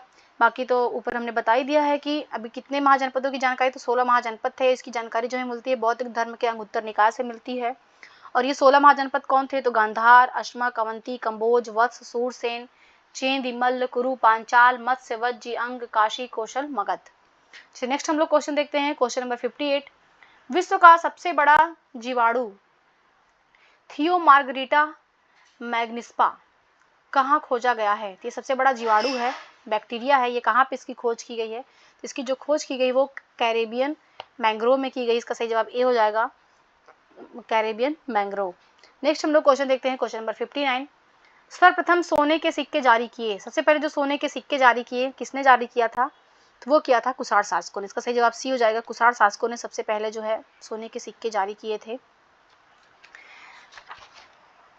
नेक्स्ट क्वेश्चन हम लोग देखते हैं, क्वेश्चन नंबर 60 नंबर क्वेश्चन है, निम्नलिखित बौद्ध तीर्थ स्थलों में से कौन सा एक बिहार में स्थित नहीं है? तो जो बौद्ध तीर्थ स्थल है वो बिहार में कौन सा स्थल नहीं है? तो देखिए, जो रामभर स्तूप है, रामभर स्तूप जो है वो बिहार में नहीं है। इसका सही जवाब बी हो जाएगा, रामभर स्तूप। रामभर स्तूप कहाँ पे है? तो ये उत्तर प्रदेश में है। ये उत्तर प्रदेश का महत्वपूर्ण बौद्ध स्थल है। इसके अलावा गृद्धकूट पर्वत बिहार में है, और इसका जो आकार है वो गिद्ध के समान है इस पर्वत का, इसलिए इसको गृद्धकूट पर्वत कहा जाता है। यहाँ पे बुद्ध क्या करते थे? अपने दिन भर के प्रवचन के बाद यहाँ पे विश्राम करते थे। और सुजाता कुटी भी बिहार में है। इसमें क्या था कि एक जो आदिवासी स्त्री को ये समर्पित है, वो आदिवासी स्त्री जिसने महात्मा बुद्ध को हलवा या जो भी दूध चावल खिला करके बुद्ध का उपवास तोड़वाया था। तो ये दोनों बिहार में है, बल्कि जो ये रामभर स्तूप है ये उत्तर प्रदेश में है। नेक्स्ट हम लोग क्वेश्चन देखते हैं, क्वेश्चन नंबर 61। भारत के निम्नलिखित में से किस प्राचीन राजवंश की 2 राजधानियां थी? कौन सा राजवंश था जिसकी 2 राजधानियां थी? तो देखिए, इसका जो सही जवाब है वो सी हो जाएगा, कुषाण। कुषाण जो राजवंश था इसकी 2 राजधानियां थी, एक तो थी मथुरा और दूसरी थी पेशावर। ये ध्यान रखिएगा, इसकी 2 राजधानियां थी, एक थी पेशावर। नेक्स्ट हम लोग क्वेश्चन देखते हैं, क्वेश्चन नंबर 62। बिहार के किस जिले में हाल ही में गिद्धेश्वर पर्वत की चट्टानों में प्राचीन मानव की सांस्कृतिक गतिविधियों के साक्ष्य मिले हैं? देखिए गिद्धेश्वर पर्वत जो है ये बौद्ध धर्म से संबंधित है और ये कहाँ पे है? बिहार में है। तो ये कौन से जिले में स्थित है? तो गिद्धेश्वर पर्वत जो है वो जमुई जिले में स्थित है। इसका सही जवाब सी हो जाएगा, जमुई जिले में। नेक्स्ट हम लोग क्वेश्चन देखते हैं, क्वेश्चन नंबर 63। महात्मा गांधी ने किस घटना के बाद असहयोग आंदोलन वापस ले लिया था? देखिए जो असहयोग आंदोलन है इसका प्रारंभ महात्मा गांधी ने 1922 में किया था, लेकिन इसको उन्होंने वापस ले लिया था चौरी चौरा कांड के बाद। इसका सही जवाब बी हो जाएगा, चौरी चौरा कांड। ये कब होता है? तो ये ध्यान रखिएगा, ये 4 फरवरी 1922 को होता है। इसमें होता क्या है कि चौरी चौरा का जो घटना होती है उत्तर प्रदेश में, उसमें गोरखपुर जिले के में जो चौरी चौरा स्थान है वहाँ पे जब असहयोग आंदोलन में भाग लेने वाले प्रदर्शनकारी का एक समूह जा रहा था तो उन समूहों के बीच और पुलिस के बीच एक हिंसक झड़प हो जाती है, जिसमें जो ये होते हैं क्या कहते हैं, वहाँ पे पुलिस वालों ने 3 नागरिक को मार देते हैं और उसके जवाबी कार्रवाई में जो भी नागरिक थे उन्होंने पुलिस स्टेशन में आग लगा देते हैं। उसमें 23 पुलिसकर्मियों की मृत्यु हो जाती है। इससे जो है महात्मा गांधी बहुत दुखी होते हैं और उन्होंने जो है 12 फरवरी 1922, ये भी ध्यान रखिएगा, डेट भी पूछता है, तो 12 फरवरी 1922 को असहयोग आंदोलन को वापस ले लेते हैं। नेक्स्ट हम लोग क्वेश्चन देखते हैं, क्वेश्चन नंबर 64। निम्नलिखित में से किसने इंडिया डिवाइडेड नामक पुस्तक लिखी है? देखिए जो इंडिया डिवाइडेड नामक पुस्तक है इसको लिखा है राजेंद्र प्रसाद ने। इसका सही जवाब डी हो जाएगा, राजेंद्र प्रसाद। नेक्स्ट क्वेश्चन हम लोग देखते हैं, क्वेश्चन नंबर 65। निम्नलिखित में से किसने अखिल भारतीय दमित वर्ग संघ की स्थापना किया है? देखिए जो अखिल भारतीय दमित वर्ग संघ की जो स्थापना किया है वो भीमराव अंबेडकर ने किया। इसका सही जवाब सी हो जाएगा, भीमराव अंबेडकर। और इसकी स्थापना उन्होंने वो करते हैं 1930 में, ये भी ध्यान रखिएगा। और ये जो जगजीवन राम थे, जगजीवन राम जो है वो इनके ऊपर महात्मा गांधी का गहरा प्रभाव था और उन्होंने दलितों के धर्मांतरण को रोकने के लिए बहुत काम किया था जगजीवन राम। और ज्योतिबा फुले जो थे वो सत्यशोधक समाज की स्थापना किए थे, ये भी ध्यान रखिएगा। नेक्स्ट हम लोग क्वेश्चन देखते हैं, क्वेश्चन नंबर 66।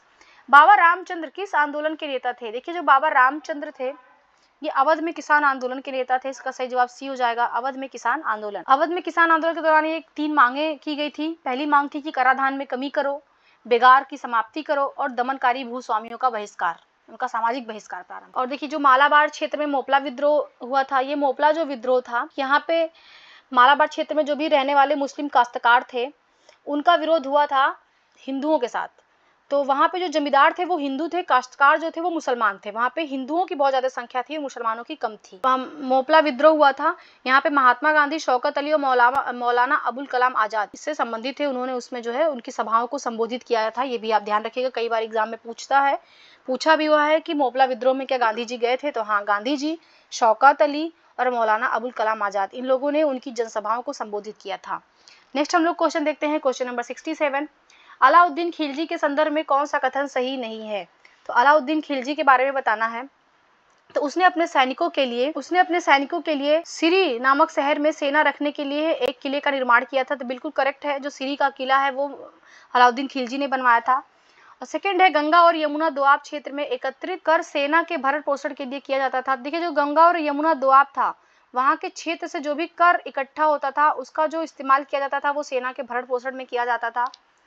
और अलाउद्दीन ही पहला शासक है जिसने नगद वेतन जो है वो सैनिकों को देना प्रारंभ किया था। और हुलिया प्रथा, ये सब ध्यान रखिएगा, हुलिया प्रथा जो थी और घोड़े को जो दागने की प्रथा थी, ये सारी जो प्रथाएं थी ये अलाउद्दीन खिलजी ने स्टार्ट किया था। और थर्ड है कि उसने अपने सैनिकों को नगद वेतन के स्थान पर इक्ता के रूप में भुगतान किया। देखिए बिल्कुल गलत है, बल्कि ये इक्ता के स्थान पर नगद वेतन का प्रचलन किया था।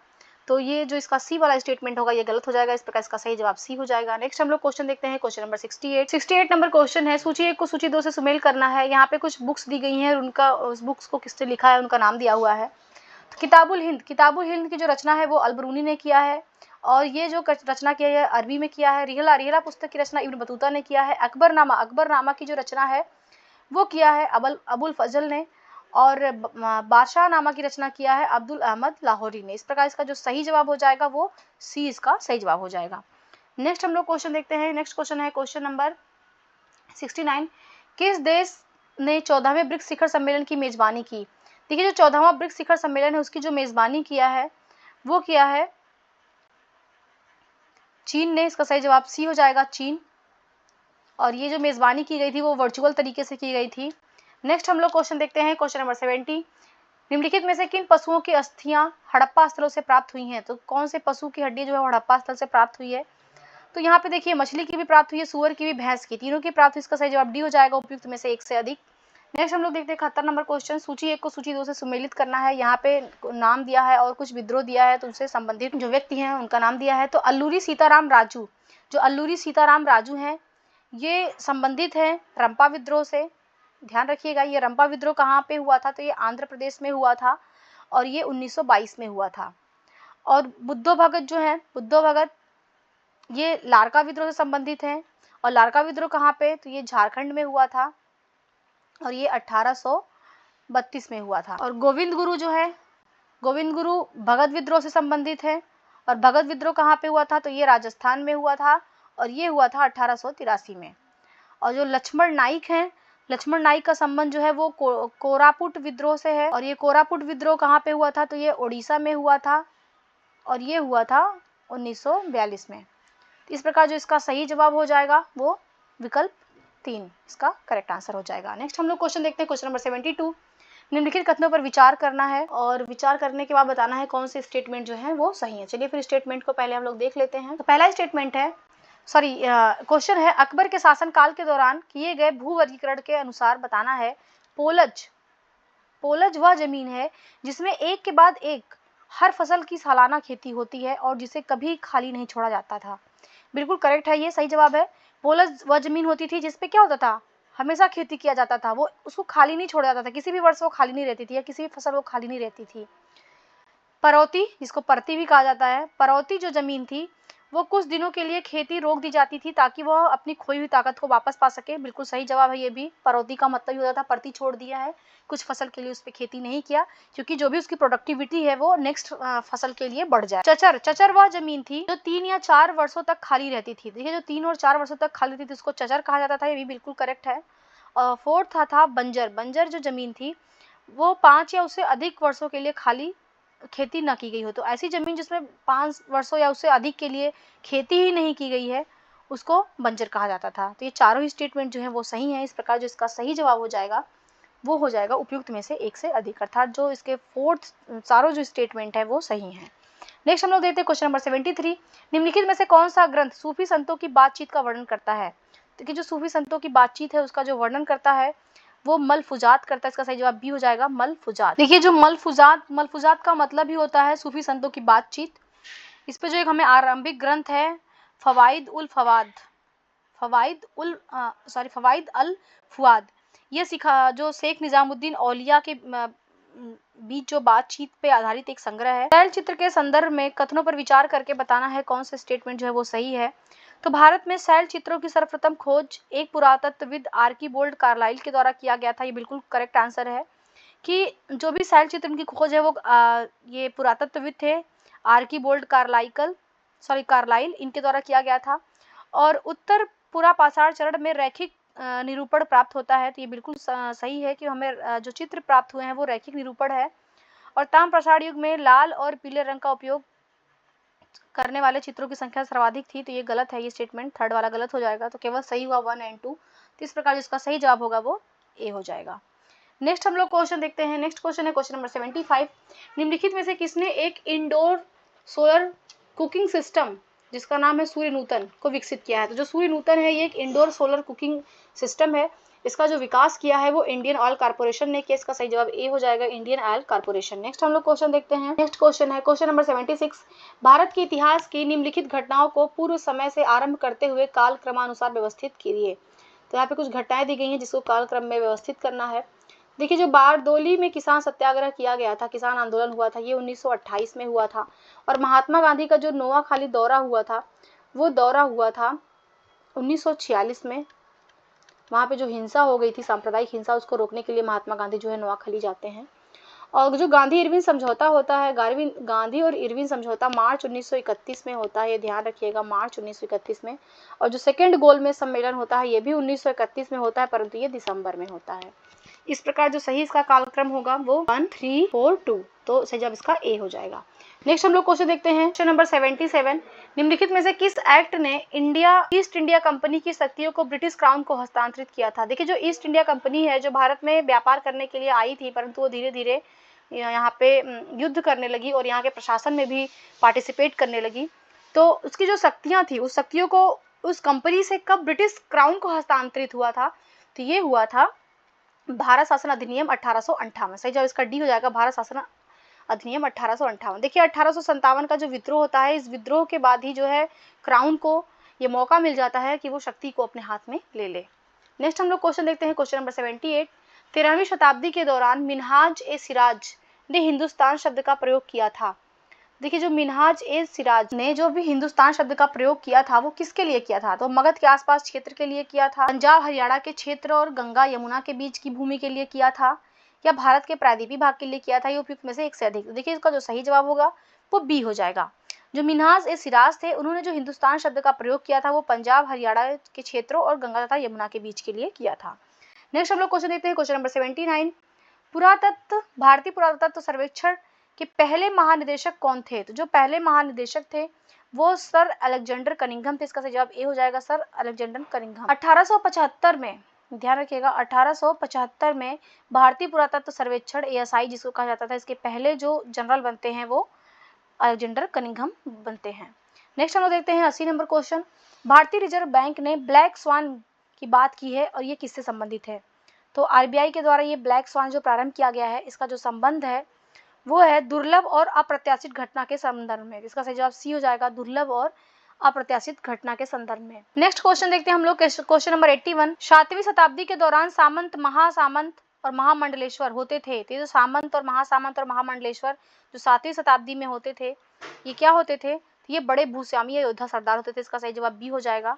जो बड़े भूस्वामी या सरदार थे उनको सामंत, महासामंत या महामंडलेश्वर कहा जाता था। नेक्स्ट हम लोग क्वेश्चन देखते हैं, क्वेश्चन नंबर 82। आईने अकबरी निम्नलिखित में से किसने लिखा है? तो जो आईने अकबरी की रचना किया है वो किया है अबुल फजल ने। इसका सही जवाब बी हो जाएगा, अबुल फजल। नेक्स्ट हम लोग देखते हैं 83 नंबर क्वेश्चन।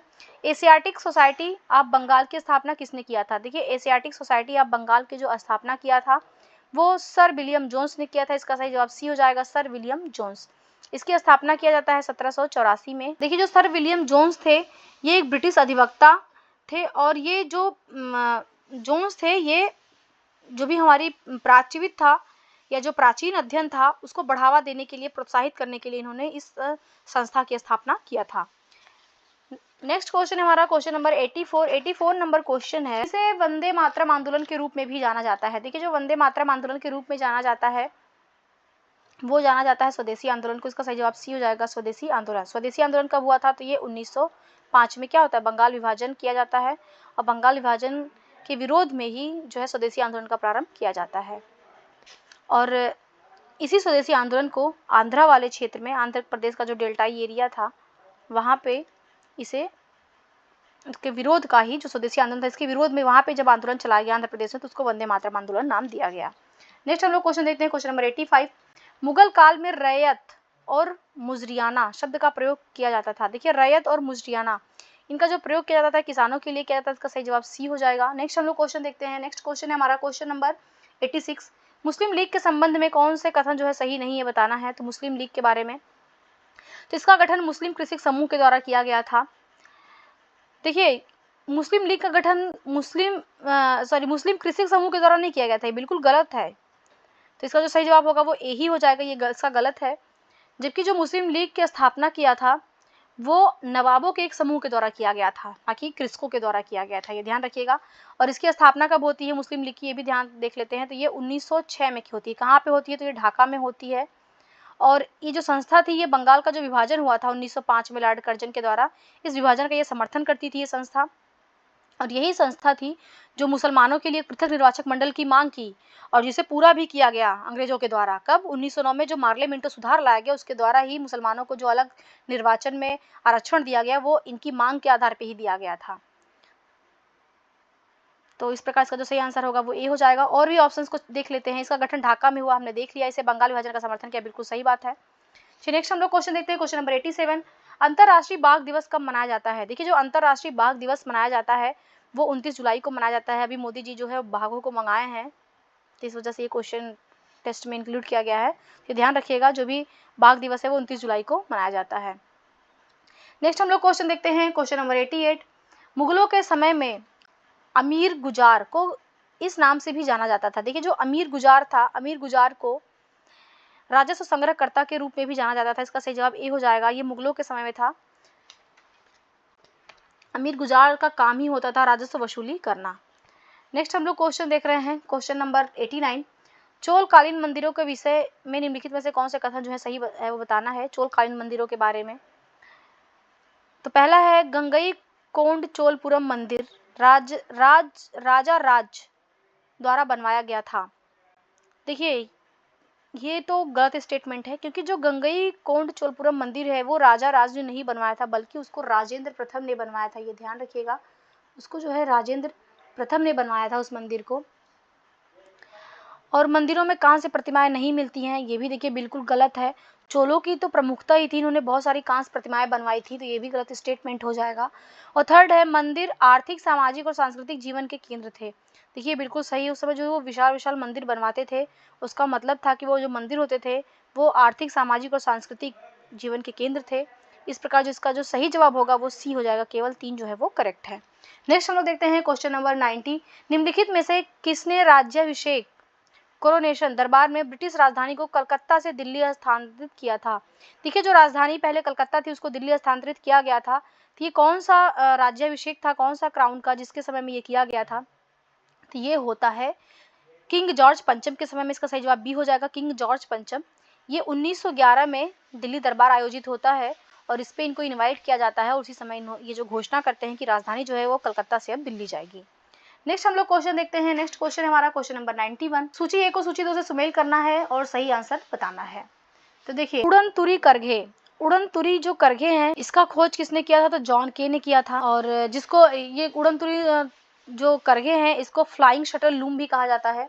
कताई मशीन, कताई मशीन की जो खोज है, कताई मशीन को स्पिनिंग जेनी भी कहा जाता है, इसकी खोज जो है वो जेम्स हरग्रीव्स ने किया था। और वाटर फ्रेम, वाटर फ्रेम की जो खोज है वो रिचर्ड आर्कराइट ने किया था। और शक्ति चालित जो करघे थे खोज जो है वो एडमंड कार्टराइट ने किया था। इस प्रकार जो इसका सही जवाब होगा वो बी इसका करेक्ट ऑप्शन हो जाएगा। नेक्स्ट हम लोग क्वेश्चन देखते हैं, क्वेश्चन नंबर 92। 17वीं शताब्दी के दौरान निम्नलिखित में से कौन सा साम्राज्य उत्कर्ष पर नहीं था? 17वीं शताब्दी ये पूछ रहा है। तो उस समय जो अब्बासी साम्राज्य था ये उत्कर्ष पे नहीं था, इसका सही जवाब डी हो जाएगा। इसके अलावा ऑटोमन, मिग और सफावी ये तीनों जो थे ये उत्कर्ष में थे। नेक्स्ट हम लोग देखते हैं क्वेश्चन नंबर 93। 93 नंबर क्वेश्चन है, निम्नलिखित में से किसने ब्रिटिश हाउस ऑफ कॉमन्स में अगस्त घोषणा का वाचन किया था? देखिए जो ब्रिटिश हाउस ऑफ कॉमन्स में अगस्त घोषणा का जो वाचन किया था वो किया था एडविन मॉन्टेग्यू ने। इसका सही जवाब ए हो जाएगा, एडविन मॉन्टेग्यू। ये जैसे यहाँ पे लोकसभा होती है वैसे ब्रिटिश की जो निचला सदन था उसको ब्रिटिश हाउस ऑफ कॉमन्स कहा जाता था। वहाँ पे मॉन्टेग्यू जो है वो अगस्त घोषणा करते हैं, अगस्त घोषणा जिसको मॉन्टेग्यू डिक्लेरेशन भी कहा जाता है, ये भी ध्यान रखिएगा। इस घोषणा का मतलब क्या था कि विषय प्रशासन की प्रत्येक शाखा में भारतीयों का संपर्क बढ़ाना और भारत में स्वशासी संस्थाओं एवं जिम्मेदार सरकार का विकास करना इसका लक्ष्य था, इस मॉन्टेग्यू डिक्लेरेशन का। 94 नंबर क्वेश्चन देखते हैं, राजा राममोहन राय के संदर्भ में कौन से कथन जो है सत्य है उनको बताना है। तो पहला है तुहफत उल मुवाहिद्दीन उनकी पहली प्रकाशित रचना थी। बिल्कुल ये करेक्ट है। जो तुहफत उल मुवाहिद्दीन जो उनकी रचना थी इसकी रचना उन्होंने 1803 में किया था। इसका अर्थ होता है देवताओं को एक उपहार। इसमें वो रहस्योद्घाटन, पैगंबर, चमत्कार आदि में जो हिंदुओं के तर्कहीन धार्मिक विश्वास थे, जो धर्म भ्रष्ट जो प्रथाएं थी उसको उन्होंने उजागर किया था इस अपनी रचना के माध्यम से। और सेकंड है कि उन्होंने मूर्ति पूजा, जातिगत कठोरता के विरुद्ध अभियान चलाने के लिए कलकत्ता में जो है वो आत्मीय सभा की स्थापना किया था। तो ये बिल्कुल सही है। जो आत्मीय सभा की स्थापना किया था उन्होंने 1817 में। तो 1817 में स्थापना का उद्देश्य ही था कि जो भी मूर्ति पूजा है, जो जातिगत कठोरता है, जो निरर्थक अनुष्ठान है और जो भी अन्य जो सामाजिक बुराइयां हैं उनके विरोध करने के लिए इसको प्रारंभ किया था। और थर्ड है ब्रह्म समाज आधुनिक भारत में पहला बौद्धिक सुधार आंदोलन था। देखिए ये भी बिल्कुल करेक्ट है आंसर। तो इस प्रकार जो है वो तीनों ही स्टेटमेंट इससे करेक्ट है। इसका जो सही जवाब होगा वो डी हो जाएगा, क्योंकि तीनों ही जो है वो करेक्ट हैं। देखिए जो ब्रह्म समाज है, ये भी ध्यान थोड़ा देख लेते हैं ब्रह्म समाज को। ब्रह्म समाज की जो स्थापना है वो 1828 में हुआ था, और इसका उद्देश्य था ईश्वर की जो भी शाश्वत ईश्वर है उसकी पूजा करना, और जो भी पुरोहित अनुष्ठान और बलि दिया जाता था उस टाइम पे उसका विरोध करना। चलिए नेक्स्ट हम लोग क्वेश्चन देखते हैं। नेक्स्ट क्वेश्चन है क्वेश्चन नंबर 95। निम्नलिखित को उनके शासन के काल क्रमानुसार व्यवस्थित करना है। तो देखिए जो रजिया ने जो शासन किया था वो इल्तुतमिश के बाद रजिया का शासन आता है, और ये 1236 से लेकर के 1240 तक ये जो है शासन करती है रजिया। अलाउद्दीन खिलजी का जो शासन काल है ये 1296 से लेकर के 1316 तक का है।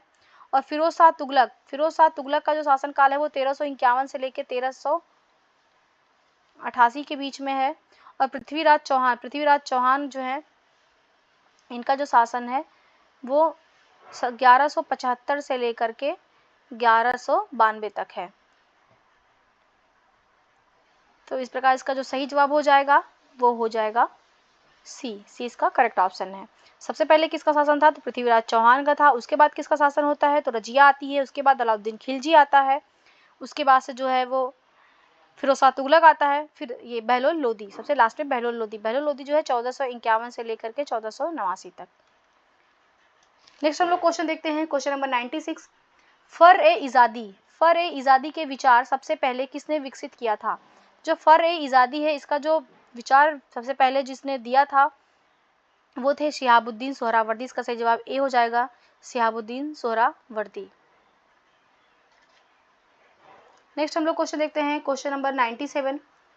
वर्ष 1916 में कांग्रेस और मुस्लिम लीग लखनऊ में किन कारणों से एकत्रित हुए थे? देखिए जो कांग्रेस और मुस्लिम लीग के बीच एकता स्थापित होती है 1916 में, और ये होता है उस समय का लखनऊ का कांग्रेस का अधिवेशन। इसमें होता क्या है कि मध्यमार्गी और आमूल परिवर्तनवादी को एकजुट करने के लिए भी बिल्कुल सही है, और मुसलमानों के लिए पृथक चुनाव क्षेत्र की मांग को स्वीकार कर लिया जाता। देखिए जो 1906 में पृथक निर्वाचन की मांग इन्होंने किया था उसका पहले तो कांग्रेस विरोध करती थी, बाद में जो है ये इसको एक कर लिया गया था, मतलब कांग्रेस ने इसको एक्सेप्ट कर लिया था। और सी है कि देश में प्रतिनिधिक सरकार के लिए मिलकर काम करने के लिए। तो तीनों ही स्टेटमेंट जो है वो सही हैं। इस प्रकार इसका जो सही जवाब होगा वो डी हो जाएगा, उपयुक्त में से एक से अधिक।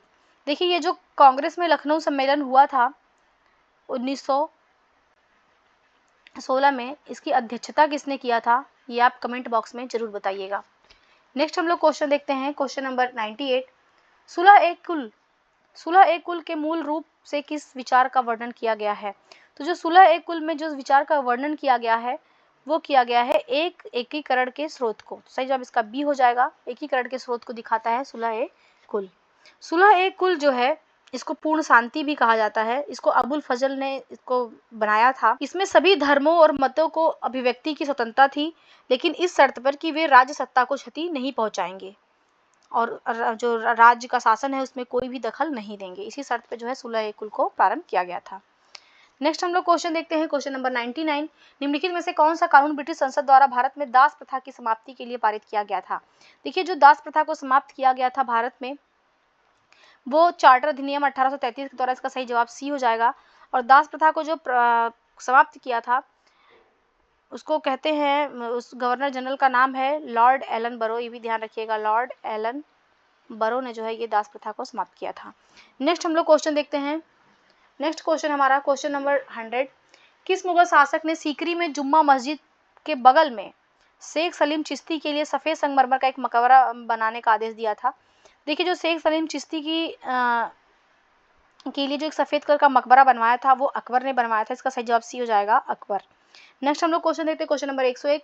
नेशनल फॉसिल वुड पार्क किस राज्य में स्थापित है? तो जो देखिए जो फॉसिल वुड की स्थापना है वो किया गया है तमिलनाडु। इसका सही जवाब सी हो जाएगा। तमिलनाडु के पुदुचेरी के पास जो है ये इसकी स्थापना किया गया है। ये एक ऐसा वृक्ष है जो कि जीवाश्म में बदल गया है। माना जाता है कि ये 20 मिलियन से भी पुराना वृक्ष है, ध्यान रखिएगा। नेक्स्ट हम लोग क्वेश्चन देखते हैं क्वेश्चन नंबर 102। निम्नलिखित में से किस व्यक्ति ने 1922 में स्वराज पार्टी की स्थापना किया था? देखिए जो स्वराज पार्टी की स्थापना 1922 में किया था वो CR दास और मोतीलाल नेहरू ने मिलकर किया था। इसका जो सही जवाब होगा वो हो जाएगा डी, उपयुक्त में से एक से अधिक।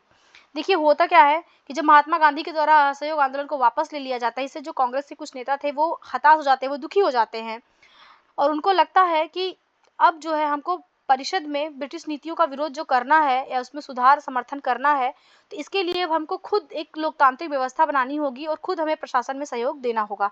इसके लिए इन्होंने जो है एक अलग पार्टी बनाते हैं जिसका नाम होता है स्वराज पार्टी। नेक्स्ट हम लोग क्वेश्चन देखते हैं, क्वेश्चन नंबर 103। वुड डिस्पैच योजना की विशेषताएं कौन सी थी और कौन सा कथन सत्य बताना है वुड डिस्पैच के बारे में। देखिए जो वुड डिस्पैच योजना है ये 19वीं शताब्दी के उत्तरार्ध में ये योजना शिक्षा नीति पर प्रभावी रही। ये बिल्कुल सही है, ये जो शिक्षा नीति पर हावी या प्रभावी होने के लिए इस योजना को लाया गया था और इसने जो है भारत में शिक्षा का उद्देश्य यूरोपीय ज्ञान के प्रसार को बताया। बिल्कुल सही, इसने बताया कि जो यूरोपीय ज्ञान है उसको भारत में प्रसार किया जाए। और थर्ड है इसने लंदन विश्वविद्यालय की तर्ज पर कलकत्ता, बॉम्बे और मद्रास में विश्वविद्यालय की स्थापना का प्रस्ताव रखा। तो ये तीनों स्टेटमेंट जो है बिल्कुल करेक्ट है, इसका सही जवाब डी हो जाएगा, वो उपयुक्त में से एक से अधिक। देखिए वुड डिस्पैच योजना इसी के माध्यम से जो है लंदन की तर्ज पे 3 यूनिवर्सिटी बनाई जाती है। बार बार ये एग्जाम में पूछता है तो ध्यान रखिएगा कहाँ पे बनी थी, तो कलकत्ता में, बॉम्बे में और मद्रास में। नेक्स्ट हम देखते हैं 104 नंबर क्वेश्चन। दिल्ली सल्तनत के दौरान बंदगा शब्द प्रचलित था। तो जो दिल्ली सल्तनत में बंदगा शब्द प्रचलित था इसका अर्थ होता था सैन्य सेवाओं के लिए खरीदे गए गुलामों को। जो भी सैन्य सेवा के लिए गुलाम खरीदे जाते थे उनको बंदगा कहा जाता था। इसका सही जवाब ए हो जाएगा। नेक्स्ट हम लोग क्वेश्चन देखते हैं, क्वेश्चन नंबर 105 नंबर क्वेश्चन है, चार तस्लीम और जमी बोसी शब्दों का संबंध किससे है। देखिए जो चार तस्लीम और जमी बोसी ये जो शब्द है इनका संबंध जो है वो अभिवादन से था। इसका सही जवाब बी हो जाएगा, अभिवादन। देखिए शासक को जो किए गए अभिवादन के तरीके से पदानुक्रम में उस व्यक्ति के पद का पता चलता था। जैसे जिस व्यक्ति के सामने ज्यादा झुककर अभिवादन किया जाता था उस व्यक्ति का पद ज्यादा उच्च माना जाता था। जो ज्यादा झुक के जिसका अभिवादन करते थे इसका मतलब था कि वो बहुत ही उच्च दर्जे का व्यक्ति था।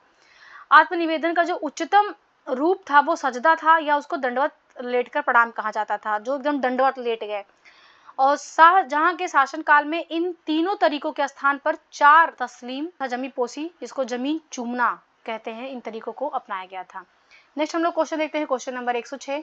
अधोगामी निस्पंदन सिद्धांत प्रभावित किया गया था। देखिए जो अधोगामी निस्पंदन सिद्धांत था इसके तहत ये होता था कि जो समाज के उच्च वर्ग है, उच्च वर्ग के सदस्यों को उनको शिक्षा देना चाहिए, जिससे वो क्या करेंगे, उनकी शिक्षा से जमीनी स्तर के लोगों को शिक्षा का अवसर मिलेगा।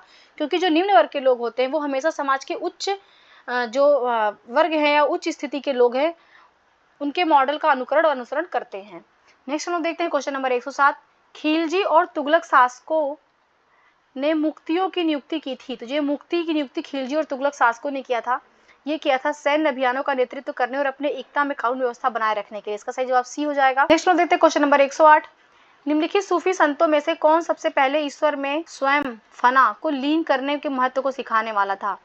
तो जो स्वयं को ईश्वर में फना करना ये जो तरीका था इसको सबसे पहले जो स्टार्ट किया था वो किया था बायजीद बस्तमी ने। इसका सही जवाब ए हो जाएगा, बायजीद बस्तमी। नेक्स्ट हम लोग क्वेश्चन देखते हैं, क्वेश्चन नंबर 109 नंबर क्वेश्चन है, बर्केनहेड चैलेंज किससे संबंधित था। तो जो बर्केनहेड चैलेंज था इसका जो संबंध था ये संविधान के निर्माण से था। इसका सही जवाब ए हो जाएगा, संविधान के निर्माण से था। 1925 में, ये भी ध्यान रखिएगा, 1925 में होता क्या है कि हाउस ऑफ लॉर्ड्स में भारत के जो तत्कालीन सचिव थे लॉर्ड बर्केनहेड, उनके द्वारा भारतीयों के नेतृत्व में दी गई एक चुनौती थी।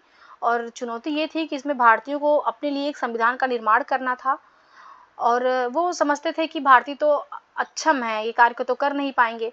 लेकिन इस चुनौती को जो है भारतीयों ने एक्सेप्ट किया। जो कांग्रेस थी, नेहरू रिपोर्ट जिसको बताया जाता है, जो नेहरू रिपोर्ट आई बाद में बनके मोतीलाल नेहरू के द्वारा, तो उन्होंने इस चुनौती को तैयार किया था और उन्होंने एक अपना संविधान जो है बनाया गया था। और जो संविधान था वो उसमें 22 अध्याय और 87 अनुच्छेद थे, ये ध्यान रखिएगा। नेक्स्ट हम लोग क्वेश्चन देखते हैं, क्वेश्चन नंबर 110।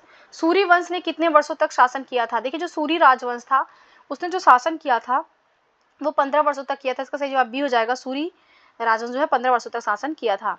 जो सूरी राजवंश था वो शेरशाह सूरी ने क्या किया था, बिहार में अपने चाचा के लिए एक छोटे से क्षेत्र के प्रबंधक के रूप में काम करना स्टार्ट किया था। और अंत में वो क्या करता है, मुगल सम्राट हुमायूं को चुनौती देता है और उनको परास्त करके दिल्ली पे अधिकार करता है और एक अपना नया राजवंश स्थापित करता है जिसको सूरी राजवंश कहा जाता है, ये ध्यान रखिएगा। नेक्स्ट हम लोग देखते हैं 111 नंबर क्वेश्चन। लिखित में से कौन वर्ष 1945 के आजाद हिंद फौज के खिलाफ चलाए गए मुकदमों में बचाव पक्ष के अधिवक्ताओं में नहीं था? देखिए 1945 में जो आजाद हिंद फौज के खिलाफ जो मुकदमे चलाए गए थे उसमें किसने वकालत नहीं किया था उसके विरोध में? तो देखिए जो द्वितीय विश्व युद्ध में क्या होता है, मित्र राष्ट्रों की विजय के बाद आजाद हिंद फौज के जो सैनिक थे उनको अंग्रेजों के द्वारा उनको बंदी बना लिया जाता है और आजाद हिंद फौज में शामिल होने वाले को देशद्रोही माना जाता था और उनको सख्त सजा का पात्र माना गया था। इसके लिए जो है आजाद हिंद फौज के जो भी 3 उसके जनरल थे उन पे आरोप लगाया जाता था। वो 3 जनरल कौन थे? तो प्रेम कुमार सहगल थे, शाह नवाज थे और गुरबख्श सिंह ढिल्लो थे। इन तीनों पे आरोप लगाया जाता है देशद्रोह का और उनको जो है सजा सुनाई जाती है। उनके बचाव में क्या होता है कि उनकी जिम्मेदारी जो है वो कांग्रेस लेती है उनको बचाने की, और जो नेता होते हैं उसमें महान नेता जो वकील भी थे वो इनके बचाव में उतरते हैं मैदान में, समर्थन जुटाते हैं लोगों से। तो उसमें कौन कौन से वकील थे? तो जवाहरलाल नेहरू थे, भूला भाई देसाई थे, तेज बहादुर सप्रू थे और के.एन. काटजू थे। ये भी देखिए ध्यान रखिएगा, के.एन. काटजू थे। तो इसका जो सही जवाब होगा वो ई हो जाएगा, उपयुक्त में से कोई नहीं, क्योंकि तीनों ही वकील थे। इसके अलावा एक वकील और थे जो के.एन. काटजू थे। नेक्स्ट हम लोग क्वेश्चन देखते हैं, क्वेश्चन नंबर 112। हाल ही में सफेद प्याज को भौगोलिक संकेतन प्रमाणन जिसको जीआई टैग कहते हैं किस राज्य का है जिसको प्राप्त हुआ है? देखिए जो सफेद प्याज है ये महाराष्ट्र का है। इसका सही जवाब सी हो जाएगा, महाराष्ट्र की सफेद प्याज को भी जीआई टैग दिया गया है। नेक्स्ट हम लोग क्वेश्चन देखते हैं, क्वेश्चन नंबर 113। वर्ष 1760 में भारत में फ्रांसीसी और अंग्रेजों के बीच वांडीवास का युद्ध हुआ था। यह किसका हिस्सा था? देखिए 1760 में जो है वो वांडीवास का युद्ध होता है और ये वांडीवास का युद्ध फ्रांसीसी और अंग्रेजों के बीच होता है। तो ये तृतीय कर्नाटक का युद्ध था। इसका सही जवाब देखिएगा सी हो जाएगा, तृतीय कर्नाटक। तृतीय कर्नाटक युद्ध में क्या होता है कि फ्रांसीसी यहाँ से समाप्त हो जाते हैं, चले ही जाते हैं और अंग्रेजों की विजय हो जाती है 1760 में। इसी के बाद से 1760 में इसका विजय करके आते हैं। उसके बाद उन्होंने 1765 में बक्सर का युद्ध करते हैं, ये भी ध्यान रखिएगा। नेक्स्ट हम लोग क्वेश्चन देखते हैं, क्वेश्चन नंबर 14। चौसा के युद्ध के बाद हुमायूं को गंगा पार कराने में किसने मदद किया था? देखिए जो चौसा का युद्ध था उसके बाद हुमायूं को भागना पड़ा था उस युद्ध से, तो किसने जो है गंगा को पार कराने में इसकी मदद किया था? तो मदद किया था निजाम ने। इसका सही जवाब सी हो जाएगा, निजाम। देखिए चौसा के युद्ध के बाद क्या होता है, एक भिश्ती एक जलवाहक था, इसने दूसरे मुगल सम्राट जो हुमायूं की जान बचाई थी। हुमायूं कौन था? दूसरा मुगल सम्राट था और इतिहास को बदल दिया, क्योंकि अगर वो उस दिन हुमायूं की जान नहीं बचाता तो शायद फिर आगे मुगल वंश कंटिन्यू नहीं हो पाता, कुछ और ही होते नक्शे में। तो इसने पूरा इतिहास बदल दिया एक तरीके से कहा जाए तो। उसने जान बचाया और क्योंकि उस युद्ध में होता क्या है, जो चौसा का युद्ध होता है, चौसे के युद्ध में हुमायूं जो था वो अफगानों के विरुद्ध अभियान को करते हुए वापस आ रहा था और गंगा में डूबने वाला था। लेकिन जो वो भिश्ती निज़ाम था उसने अपने बकरे की खाल को झोले यानी मश्क को फुलाया और हुमायूं को नदी पार कराने के लिए उसे एक नाव के रूप में प्रयोग करने के लिए दिया। और उसकी कृतज्ञता में जो हुमायूं की जान बचाया था वो निज़ाम, उसकी कृतज्ञता में हुमायूं ने उसको क्या किया था, आगरे में एक दिन के लिए उसको राज सिंहासन अपना दिया था। एक दिन के लिए उसने राजा बनाया था। नेक्स्ट हम लोग क्वेश्चन देखते हैं, क्वेश्चन नंबर 115। भारत में ब्रिटिश शासन के दौरान होने वाली घटनाओं का सही कालक्रम चयन करना है। तो सही जवाब होगा वो हो जाएगा सी। इसका सही जवाब है। क्रिप्स मिशन होता है 1942 में, ध्यान रखिएगा, क्रिप्स मिशन 1942 में। शिमला समझौता होता है 1945 में। कैबिनेट मिशन आता है 1946 में और जो इटली का जो घोषणा पत्र होता है वो आता है 1948 में। इस प्रकार ये इसका सही जवाब हो जाएगा सी। नेक्स्ट क्वेश्चन देखते हैं हम लोग, क्वेश्चन नंबर 116। निम्नलिखित में से किसे गरीब नवाज के नाम से जाना जाता है? देखिए गरीब नवाज के नाम से जो जाना जाता है वो जाना जाता है ख्वाजा मुइनुद्दीन चिश्ती को। तो ऑप्शन में तो नहीं है, तो इस प्रकार इसका जो सही जवाब होगा वो ई हो जाएगा, उपयुक्त में से कोई नहीं, क्योंकि जो ख्वाजा मुइनुद्दीन चिश्ती को ही गरीब नवाज का भी जो है इनको कहा जाता है, गरीब नवाज कहा जाता है। नेक्स्ट हम देखते हैं 17 नंबर क्वेश्चन। निम्नलिखित में से किसने 68वें राष्ट्रीय फिल्म पुरस्कारों में सर्वश्रेष्ठ फीचर फिल्म का पुरस्कार जीता है? देखिए सर्वश्रेष्ठ फीचर फिल्म का जो पुरस्कार जीता है वो सोराई पोट्रू ने जीता है। इसका सही जवाब ए हो जाएगा, सोराई पोट्रू। सोराई पोट्रू जो है एक तमिल फिल्म है, ये भी ध्यान रखिएगा। और इसमें जो ये जो 68वां फिल्म पुरस्कार है इसमें जो सर्वश्रेष्ठ अभिनेता का पुरस्कार मिला है वो सूर्या और अजय देवगन को दिया गया है और जो सर्वश्रेष्ठ अभिनेत्री का पुरस्कार दिया गया है वो अर्पणा बाल मुरली को दिया गया है, सर्वश्रेष्ठ अभिनेत्री का पुरस्कार। नेक्स्ट हम लोग क्वेश्चन देखते हैं, क्वेश्चन नंबर 118। इसमें से कौन संस्कृत व्याकरण ग्रामेटिका ग्रैंडोनिका ग्रामेटिका ग्रैंडोनिका को लिखने वाला पहला यूरोपीय विद्वान था।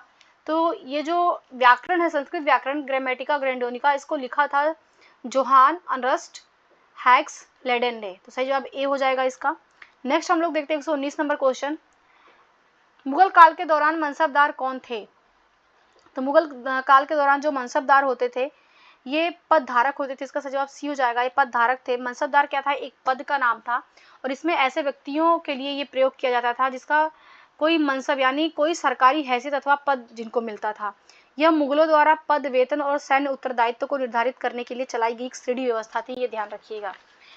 इसमें होता क्या था कि वेतन, इनके पद और वेतन का जो निर्धारण होता था वो एक संख्यात्मक मान के द्वारा किया जाता था जिसको जात कहा जाता था। जात की संख्या जितनी अधिक होती थी, दरबार में अभिजात की जो प्रतिष्ठा थी वो उतनी ही बढ़ जाती थी और उनका वेतन भी उतना अधिक होता था। और जो सैन्य उत्तरदायित्व मनसबदारों को सौंपे जाते थे उन्हीं के अनुसार उन्हें घुड़सवार जो होते थे वो रखने पड़ते थे।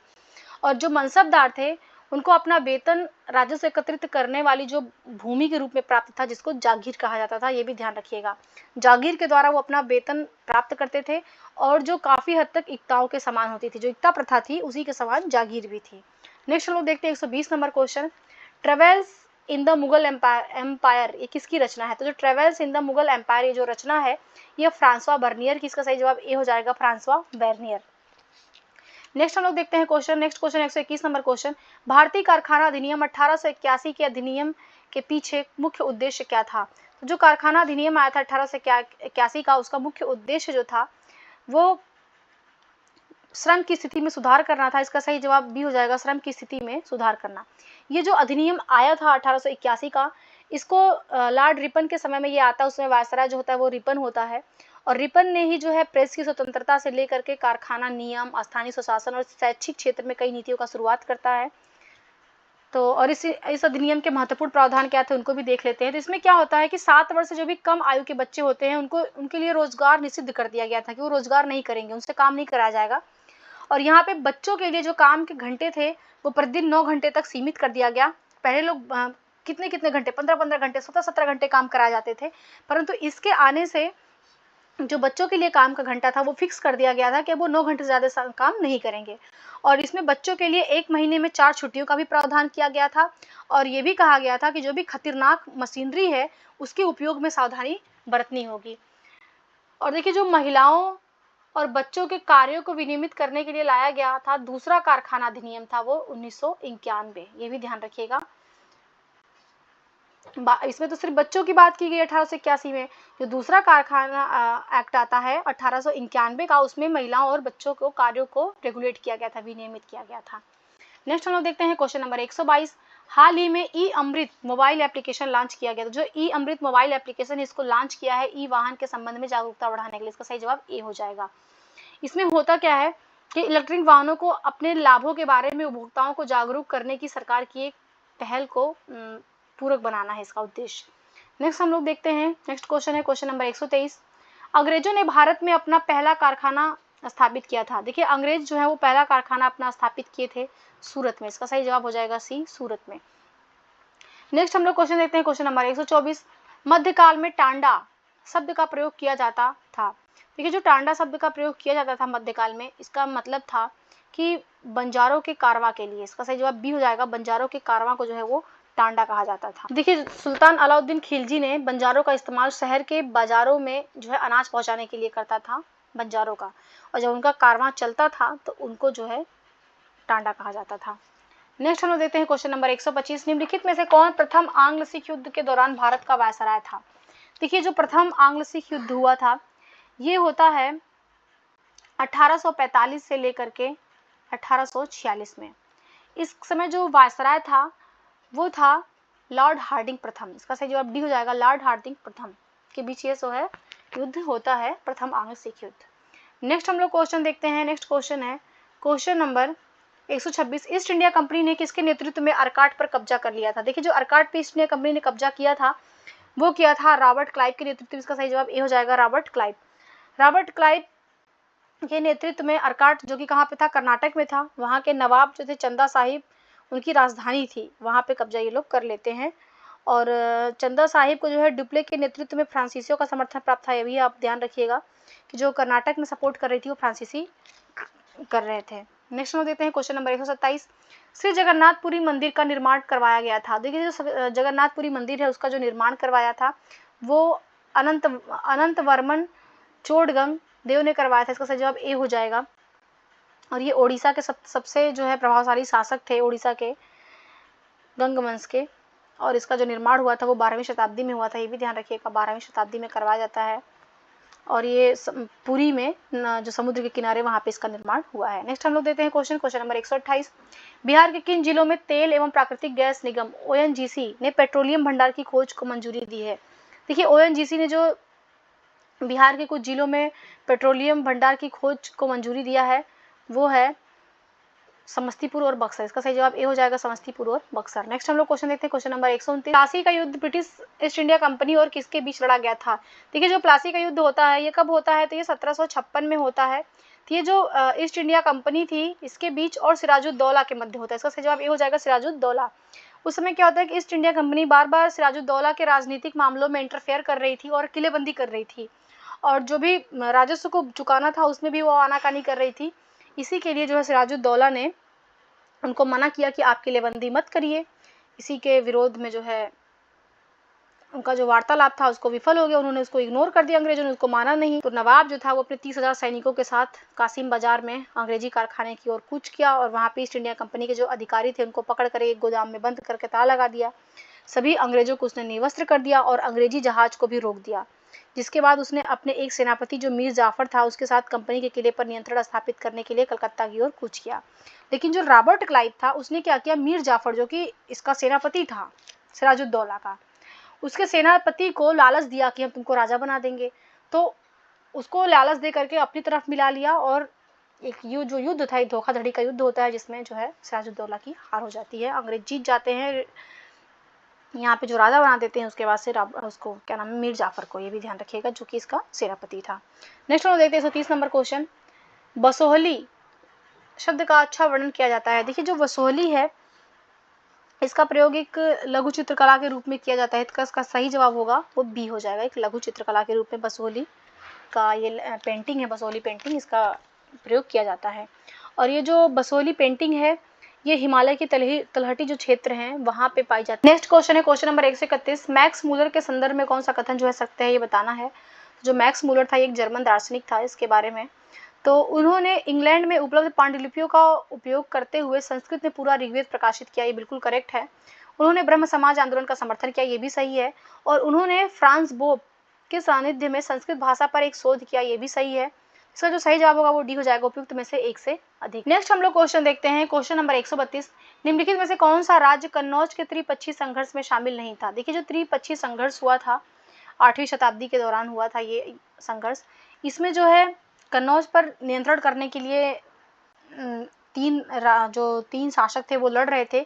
एक तरफ तो पाल थे और एक तरफ प्रतिहार थे, तो इसका जो सही जवाब होगा वो सी हो जाएगा, पाल, प्रतिहार और राष्ट्रकूट। नेक्स्ट हम लोग क्वेश्चन देखते हैं क्वेश्चन नंबर 133। से कौन सा अनुदान बिहार सरकार द्वारा टेक्सटाइल और लेदर पॉलिसी के तहत निवेशकों को दिया जाता है। देखिए बिहार सरकार के द्वारा जो अनुदान दिया जाता है निवेशकों को टेक्सटाइल और लेदर पॉलिसी के तहत, वो पेटेंट अनुदान, किराया अनुदान और कौशल विकास अनुदान तीनों के तहत दिया जाता है। इसका सही जवाब डी हो जाएगा, उपयुक्त में से एक से अधिक। नेक्स्ट हम लोग क्वेश्चन देखते हैं question number 134। East India company Malabar तट से निम्नलिखित में से किस वस्तु का व्यापार करती थी। जो ईस्ट इंडिया कंपनी थी वो मालाबार तट से जो व्यापार करने के लिए चीजें ले आती थी वो इलायची और काली मिर्च ले आती थी। इस प्रकार इसका सही जवाब डी हो जाएगा, उपयुक्त में से एक से अधिक। नेक्स्ट हम लोग क्वेश्चन देखते हैं क्वेश्चन नंबर 135। निम्नलिखित में से किसे मुगल काल का प्रबुद्ध निरंकुश शासक भी कहा जाता है। देखिए मुगल काल का जो प्रबुद्ध निरंकुश शासक कहा जाता है वो अकबर को कहा जाता है। इसका सही जवाब सी हो जाएगा, अकबर। अकबर एक महान शासक था जिसका शासन जो है उत्तर पूर्व में बंगाल से लेकर अफगानिस्तान तक तथा उत्तर में कश्मीर से लेकर दक्षिण में गोदावरी तक विस्तृत था, और वह एक धर्मनिरपेक्ष सम्राट था और साम्राज्य का जो पूर्ण अधिकार था वो उसके पास था। इसीलिए उसे जो है इंग्लैंड की महारानी एलिजाबेथ और फेडरिक द ग्रेट की तरह एक प्रबुद्ध निरंकुश शासक कहा गया है। नेक्स्ट हम लोग क्वेश्चन देखते हैं। नेक्स्ट क्वेश्चन है क्वेश्चन नंबर 136। ब्रिटिश उन्मूलनवादी आंदोलन किसने शुरू किया था। जो ब्रिटिश उन्मूलनवादी आंदोलन प्रारंभ किया था वो किया था विलियम विल्बरफोर्स ने। इसका सही जवाब सी हो जाएगा, विलियम विल्बरफोर्स। क्वेश्चन है क्वेश्चन नंबर 137, रेगुलेटिंग एक्ट 1773 के तहत एक अपीली न्यायालय का गठन किया गया था। ये कहाँ पे स्थापित किया गया था? तो 1773 का जो रेगुलेटिंग एक्ट था उसके तहत तो एक सर्वोच्च न्यायालय की स्थापना किया गया था। उसके अलावा कलकत्ता में जो है एक अपीली न्यायालय की स्थापना किया गया था, जिसको सदर निजामत न्यायालय भी कहा जाता था। तो इसका सही जवाब हो जाएगा सी, कलकत्ता में स्थापित किया गया था। नेक्स्ट हम लोग क्वेश्चन देखते हैं, क्वेश्चन नंबर 138 नंबर क्वेश्चन, निम्नलिखित में से कौन सी बोली बिहार में नहीं बोली जाती? कौन सी बोली है जो बिहार में नहीं बोली जाती है? देखिए, थारू भी बोली जाती है, सुरजापुरी भी बोली जाती है, बज्जिका भी बोली जाती है, तीनों ही बोलियां बोली जाती हैं। इस प्रकार जिसका सही जवाब होगा वो ई हो जाएगा, उपयुक्त में से कोई नहीं, अर्थात ये तीनों ही बोली जाती हैं। देखिए, जो थारू बोली है वो भोजपुरी और मैथिली के मेल से बनी है, ये ध्यान रखिएगा। जो थारू बोली है वो भोजपुरी और मैथिली के मेल से बनी हुई बोली है। नेक्स्ट हम लोग क्वेश्चन देखते हैं, क्वेश्चन नंबर 39, बिहार राज्य में प्लग एंड प्ले पहल के संदर्भ में कथनों पर विचार करना है। प्लग एंड प्ले पहल में बताना है कौन सा जो कथन है वो सही है। प्लग एंड प्ले पहल है, इसमें क्या होता है कि जो राज्य सरकार है वो उद्योगों को बढ़ावा देने के लिए इस स्कीम को प्रारंभ किया है। इसके तहत 5 जिलों में प्लग एंड प्ले जो प्री फैब्रिकेटेड शेड का निर्माण किया जाएगा, जहां पे उद्यमी सिर्फ अपना उपकरण लगाकर फैक्ट्री शुरू कर सकेंगे। इससे क्या होगा कि राज्य में औद्योगिक विकास की प्रगति होगी, बिल्कुल सही है। और इसमें जो है 15 करोड़ रुपए की लागत से एक शेड का निर्माण किया जाएगा, ये भी सही है। और इस योजना के तहत भागलपुर स्थित सहकारी कताई मिल परिसर में शेड का निर्माण किया जाएगा। तो ये तीनों ही जो स्टेटमेंट है वो सही है। इस प्रकार जो इसका सही जवाब होगा वो डी हो जाएगा, उपयुक्त में से एक से अधिक। नेक्स्ट हम लोग क्वेश्चन देखते हैं, नेक्स्ट क्वेश्चन है क्वेश्चन नंबर 140 नंबर क्वेश्चन है, श्रीरंगपट्टनम के युद्ध के संदर्भ में कौन से कथन जो है वो सही है? तो जो श्रीरंगपट्टनम का ये संबंधित है मैसूर से। मैसूर में क्या होता है कि मैसूर और कंपनी के बीच 4 युद्ध लड़े जाते हैं। 4 युद्ध में जो आखिरी युद्ध था वो श्रीरंगपट्टनम का युद्ध था। श्रीरंगपट्टनम का जो युद्ध था ये टीपू सुल्तान लड़ रहा था और उधर से अंग्रेज लड़ रहे थे। इस युद्ध में होता क्या है कि टीपू सुल्तान जो है उसकी राजधानी जो श्रीरंगपट्टनम थी उसकी रक्षा करते हुए वो हार जाता है और मारा जाता है। और जो मैसूर का वोडियार, उसके पहले जो शासक था टीपू से पहले, वोडियार, उसको फिर से वहाँ का राजा बना दिया जाता है या पूरा राजवंश जो उसके अधीन कर दिया जाता है। और वो जो राज्य था उसको फिर सहायक संधि अपनाने के लिए मजबूर किया जाता है, सहायक संधि वो स्वीकार करता है। तो इस प्रकार से जिसका जो सही जवाब होगा वो युद्ध के पश्चात मैसूर वोडियार शासकों को अधीन आगे आती है। सही जवाब इसका सी हो जाएगा। नेक्स्ट हम देखते हैं क्वेश्चन नंबर 141, आंग्ल मराठा युद्ध के संदर्भ में कौन से कथन जो है वो सही है? आंग्ल मराठा युद्ध, देखिए जो आंग्ल मराठा युद्ध था इसका जो पहला युद्ध होता है उसका देखिए कोई निश्चित विजेता नहीं होता है। और वो जो युद्ध होता है वो 1782 में, जो सालबाई की संधि होती है 1782 में, इस संधि के द्वारा समाप्त होता है। तो यह सालबाई तीसरे युद्ध का परिणाम था, तो ये गलत है, तीसरे का नहीं बल्कि ये फर्स्ट का परिणाम था, ये ध्यान रखिएगा। और सेकेंड है, द्वितीय युद्ध में अंग्रेजों को विजय हासिल हुई थी। देखिए जो द्वितीय आंग्ल मराठा युद्ध था वो होता है 1803 से 1805, 1803 से 1805 के बीच में, जिसके परिणाम स्वरूप अंग्रेजों ने क्या किया था, उड़ीसा, आगरा तथा दिल्ली सहित यमुना नदी के उत्तरवर्ती क्षेत्रों पे कब्जा कर लिया था। तो ये बिल्कुल सही स्टेटमेंट है। थर्ड है, अंतिम युद्ध के बाद पेशवा को बिठूर भेज दिया गया था। देखिए जो अंतिम युद्ध होता है उसके बाद से जो पेशवा होता है नाना साहब, उनको कानपुर के पास जो बिठूर एक जगह है वहां पे भेज दिया जाता है और उनको पेंशन भोगी बना दिया जाता है। तो बी और सी इसके सही हैं, तो इस प्रकार इसका जो सही जवाब होगा वो डी हो जाएगा, उपयुक्त में से एक से अधिक। नेक्स्ट हम लोग क्वेश्चन देखते हैं, क्वेश्चन नंबर 142, बिहार में किस जिले को अपना पहला अस्थायी ट्रैफिक पार्क मिलेगा? देखिए बिहार में जो सड़क दुर्घटनाएं हैं उनको कम करने के लिए परिवहन विभाग ने राज्य के सभी जिलों में अस्थायी ट्रैफिक पार्क बनाने हेतु एक नियमावली जारी कर दिया है। इसके तहत क्या होगा कि राज्य के हर जिले में एक एक अस्थायी ट्रैफिक पार्क बनाने की कवायद पटना के वीर कुंवर सिंह पार्क से शुरू किया गया है। और यह जो बिहार का पहला अस्थायी ट्रैफिक पार्क होगा, ये भी ध्यान रखिएगा। इस प्रकार इसका जो सही जवाब होगा वो सी हो जाएगा, पटना का जो वीर कुंवर सिंह पार्क से प्रारंभ किया गया है। नेक्स्ट हम लोग देखते हैं क्वेश्चन नंबर 143, NFSA 2022 में राज्य रैंकिंग सूचकांक में बिहार का स्थान है। देखिए जो नेशनल फूड सिक्योरिटी एक्ट के तहत जो बिहार का स्थान है वो 7वां स्थान है। इसका सही जवाब सी हो जाएगा, 7वां स्थान। नेक्स्ट क्वेश्चन देखते हैं, क्वेश्चन नंबर 144, वेल्लोर विद्रोह के संदर्भ में कथनों पे विचार करना है और बताना है कौन से स्टेटमेंट जो है वो सही है। तो देखिए वेल्लोर विद्रोह जो है वो 15 अगस्त 1806 को सिपाहियों द्वारा अंग्रेजों के खिलाफ किया गया था। देखिए ये गलत है, क्योंकि ये 15 अगस्त नहीं बल्कि ये 10 जुलाई 1806 को होता है। सेकंड है कि विद्रोह आभूषणों और जाति चिन्हों के निषेध के विरुद्ध था। तो ये बिल्कुल सही है कि होता क्या है कि जो विद्रोह था वो काफ़ी हद तक नए जो ब्रिटिश नियम बनाए गए थे उनके खिलाफ एक असंतोष का परिणाम था। उसमें होता क्या, जो उनके नियम थे कि पगड़ी, मूछे या जो वो सैनिक जो कोई भी आभूषण या जाति संबंधित कोई चिन्ह जो प्रयोग करते थे उस पर प्रतिबंध लगाने की बात किया गया था। इसी के खिलाफ जो है ये विद्रोह हुआ था। और थर्ड है कि विद्रोह को कर्नल रॉबर्ट गिलेस्पी ने दबा दिया था। तो बिल्कुल सही है, विद्रोह को दबाया था कर्नल रॉबर्ट गिलेस्पी ने। तो इस प्रकार जो इसका सही आंसर होगा 2 और 3 इसका करेक्ट है। तो 2 और 3 करेक्ट होने की वजह से इसका जो सही आंसर होगा वो हो जाएगा डी, उपयुक्त में से एक से अधिक। नेक्स्ट हम देखते हैं 145 नंबर क्वेश्चन।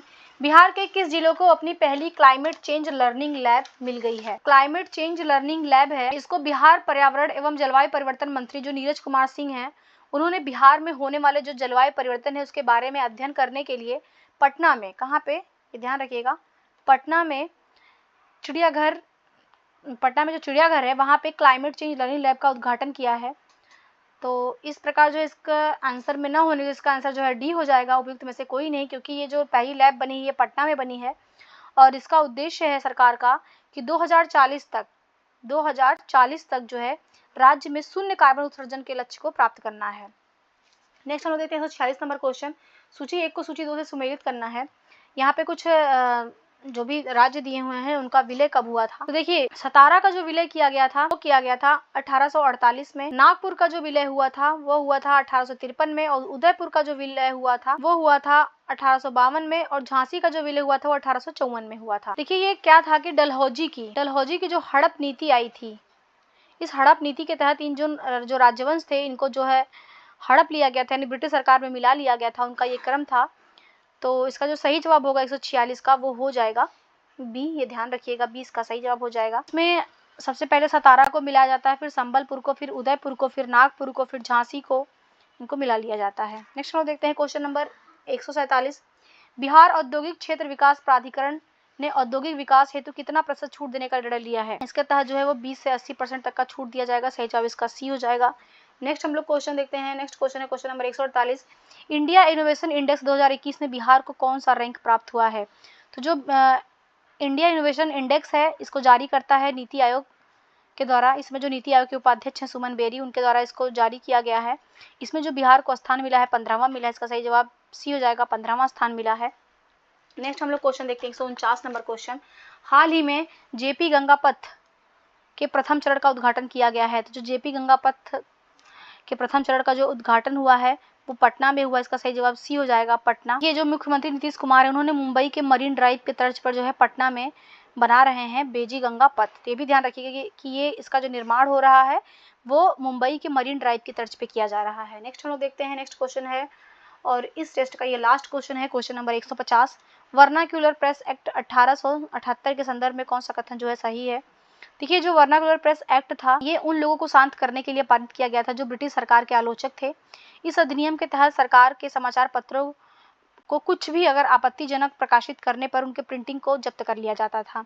और यह अधिनियम जो है वो लॉर्ड लिटन के समय में आया था। ये भी ध्यान रखिएगा, उस समय जब आया था तो लॉर्ड लिटन थे और अंग्रेजी जो अखबार था उनको इस एक्ट से बाहर रखा गया था और यह अधिनियम मद्रास को छोड़कर भारत के सभी प्रांतों पर प्रभावित था। तो ये ध्यान रखिएगा। तो देख लेते हैं इसका। पहला, इस अधिनियम के तहत अंग्रेजी और क्षेत्रीय भाषा दोनों को समाचार पत्रों को चलाने का प्रावधान था। देखिए, गलत, अंग्रेजी और क्षेत्रीय भाषा दोनों को नहीं, इसमें सिर्फ अंग्रेजी को चलाने का प्रावधान था। भी हमने ऊपर डिस्कस किया तो ये गलत हो जाएगा। सेकंड है कि इसे वायसराय लॉर्ड रिपन के शासनकाल में पारित किया गया था। देखिए, ये भी गलत है, लॉर्ड रिपन नहीं है, भी हमने ऊपर बताया, लॉर्ड लिटन के समय इसको पारित किया गया था।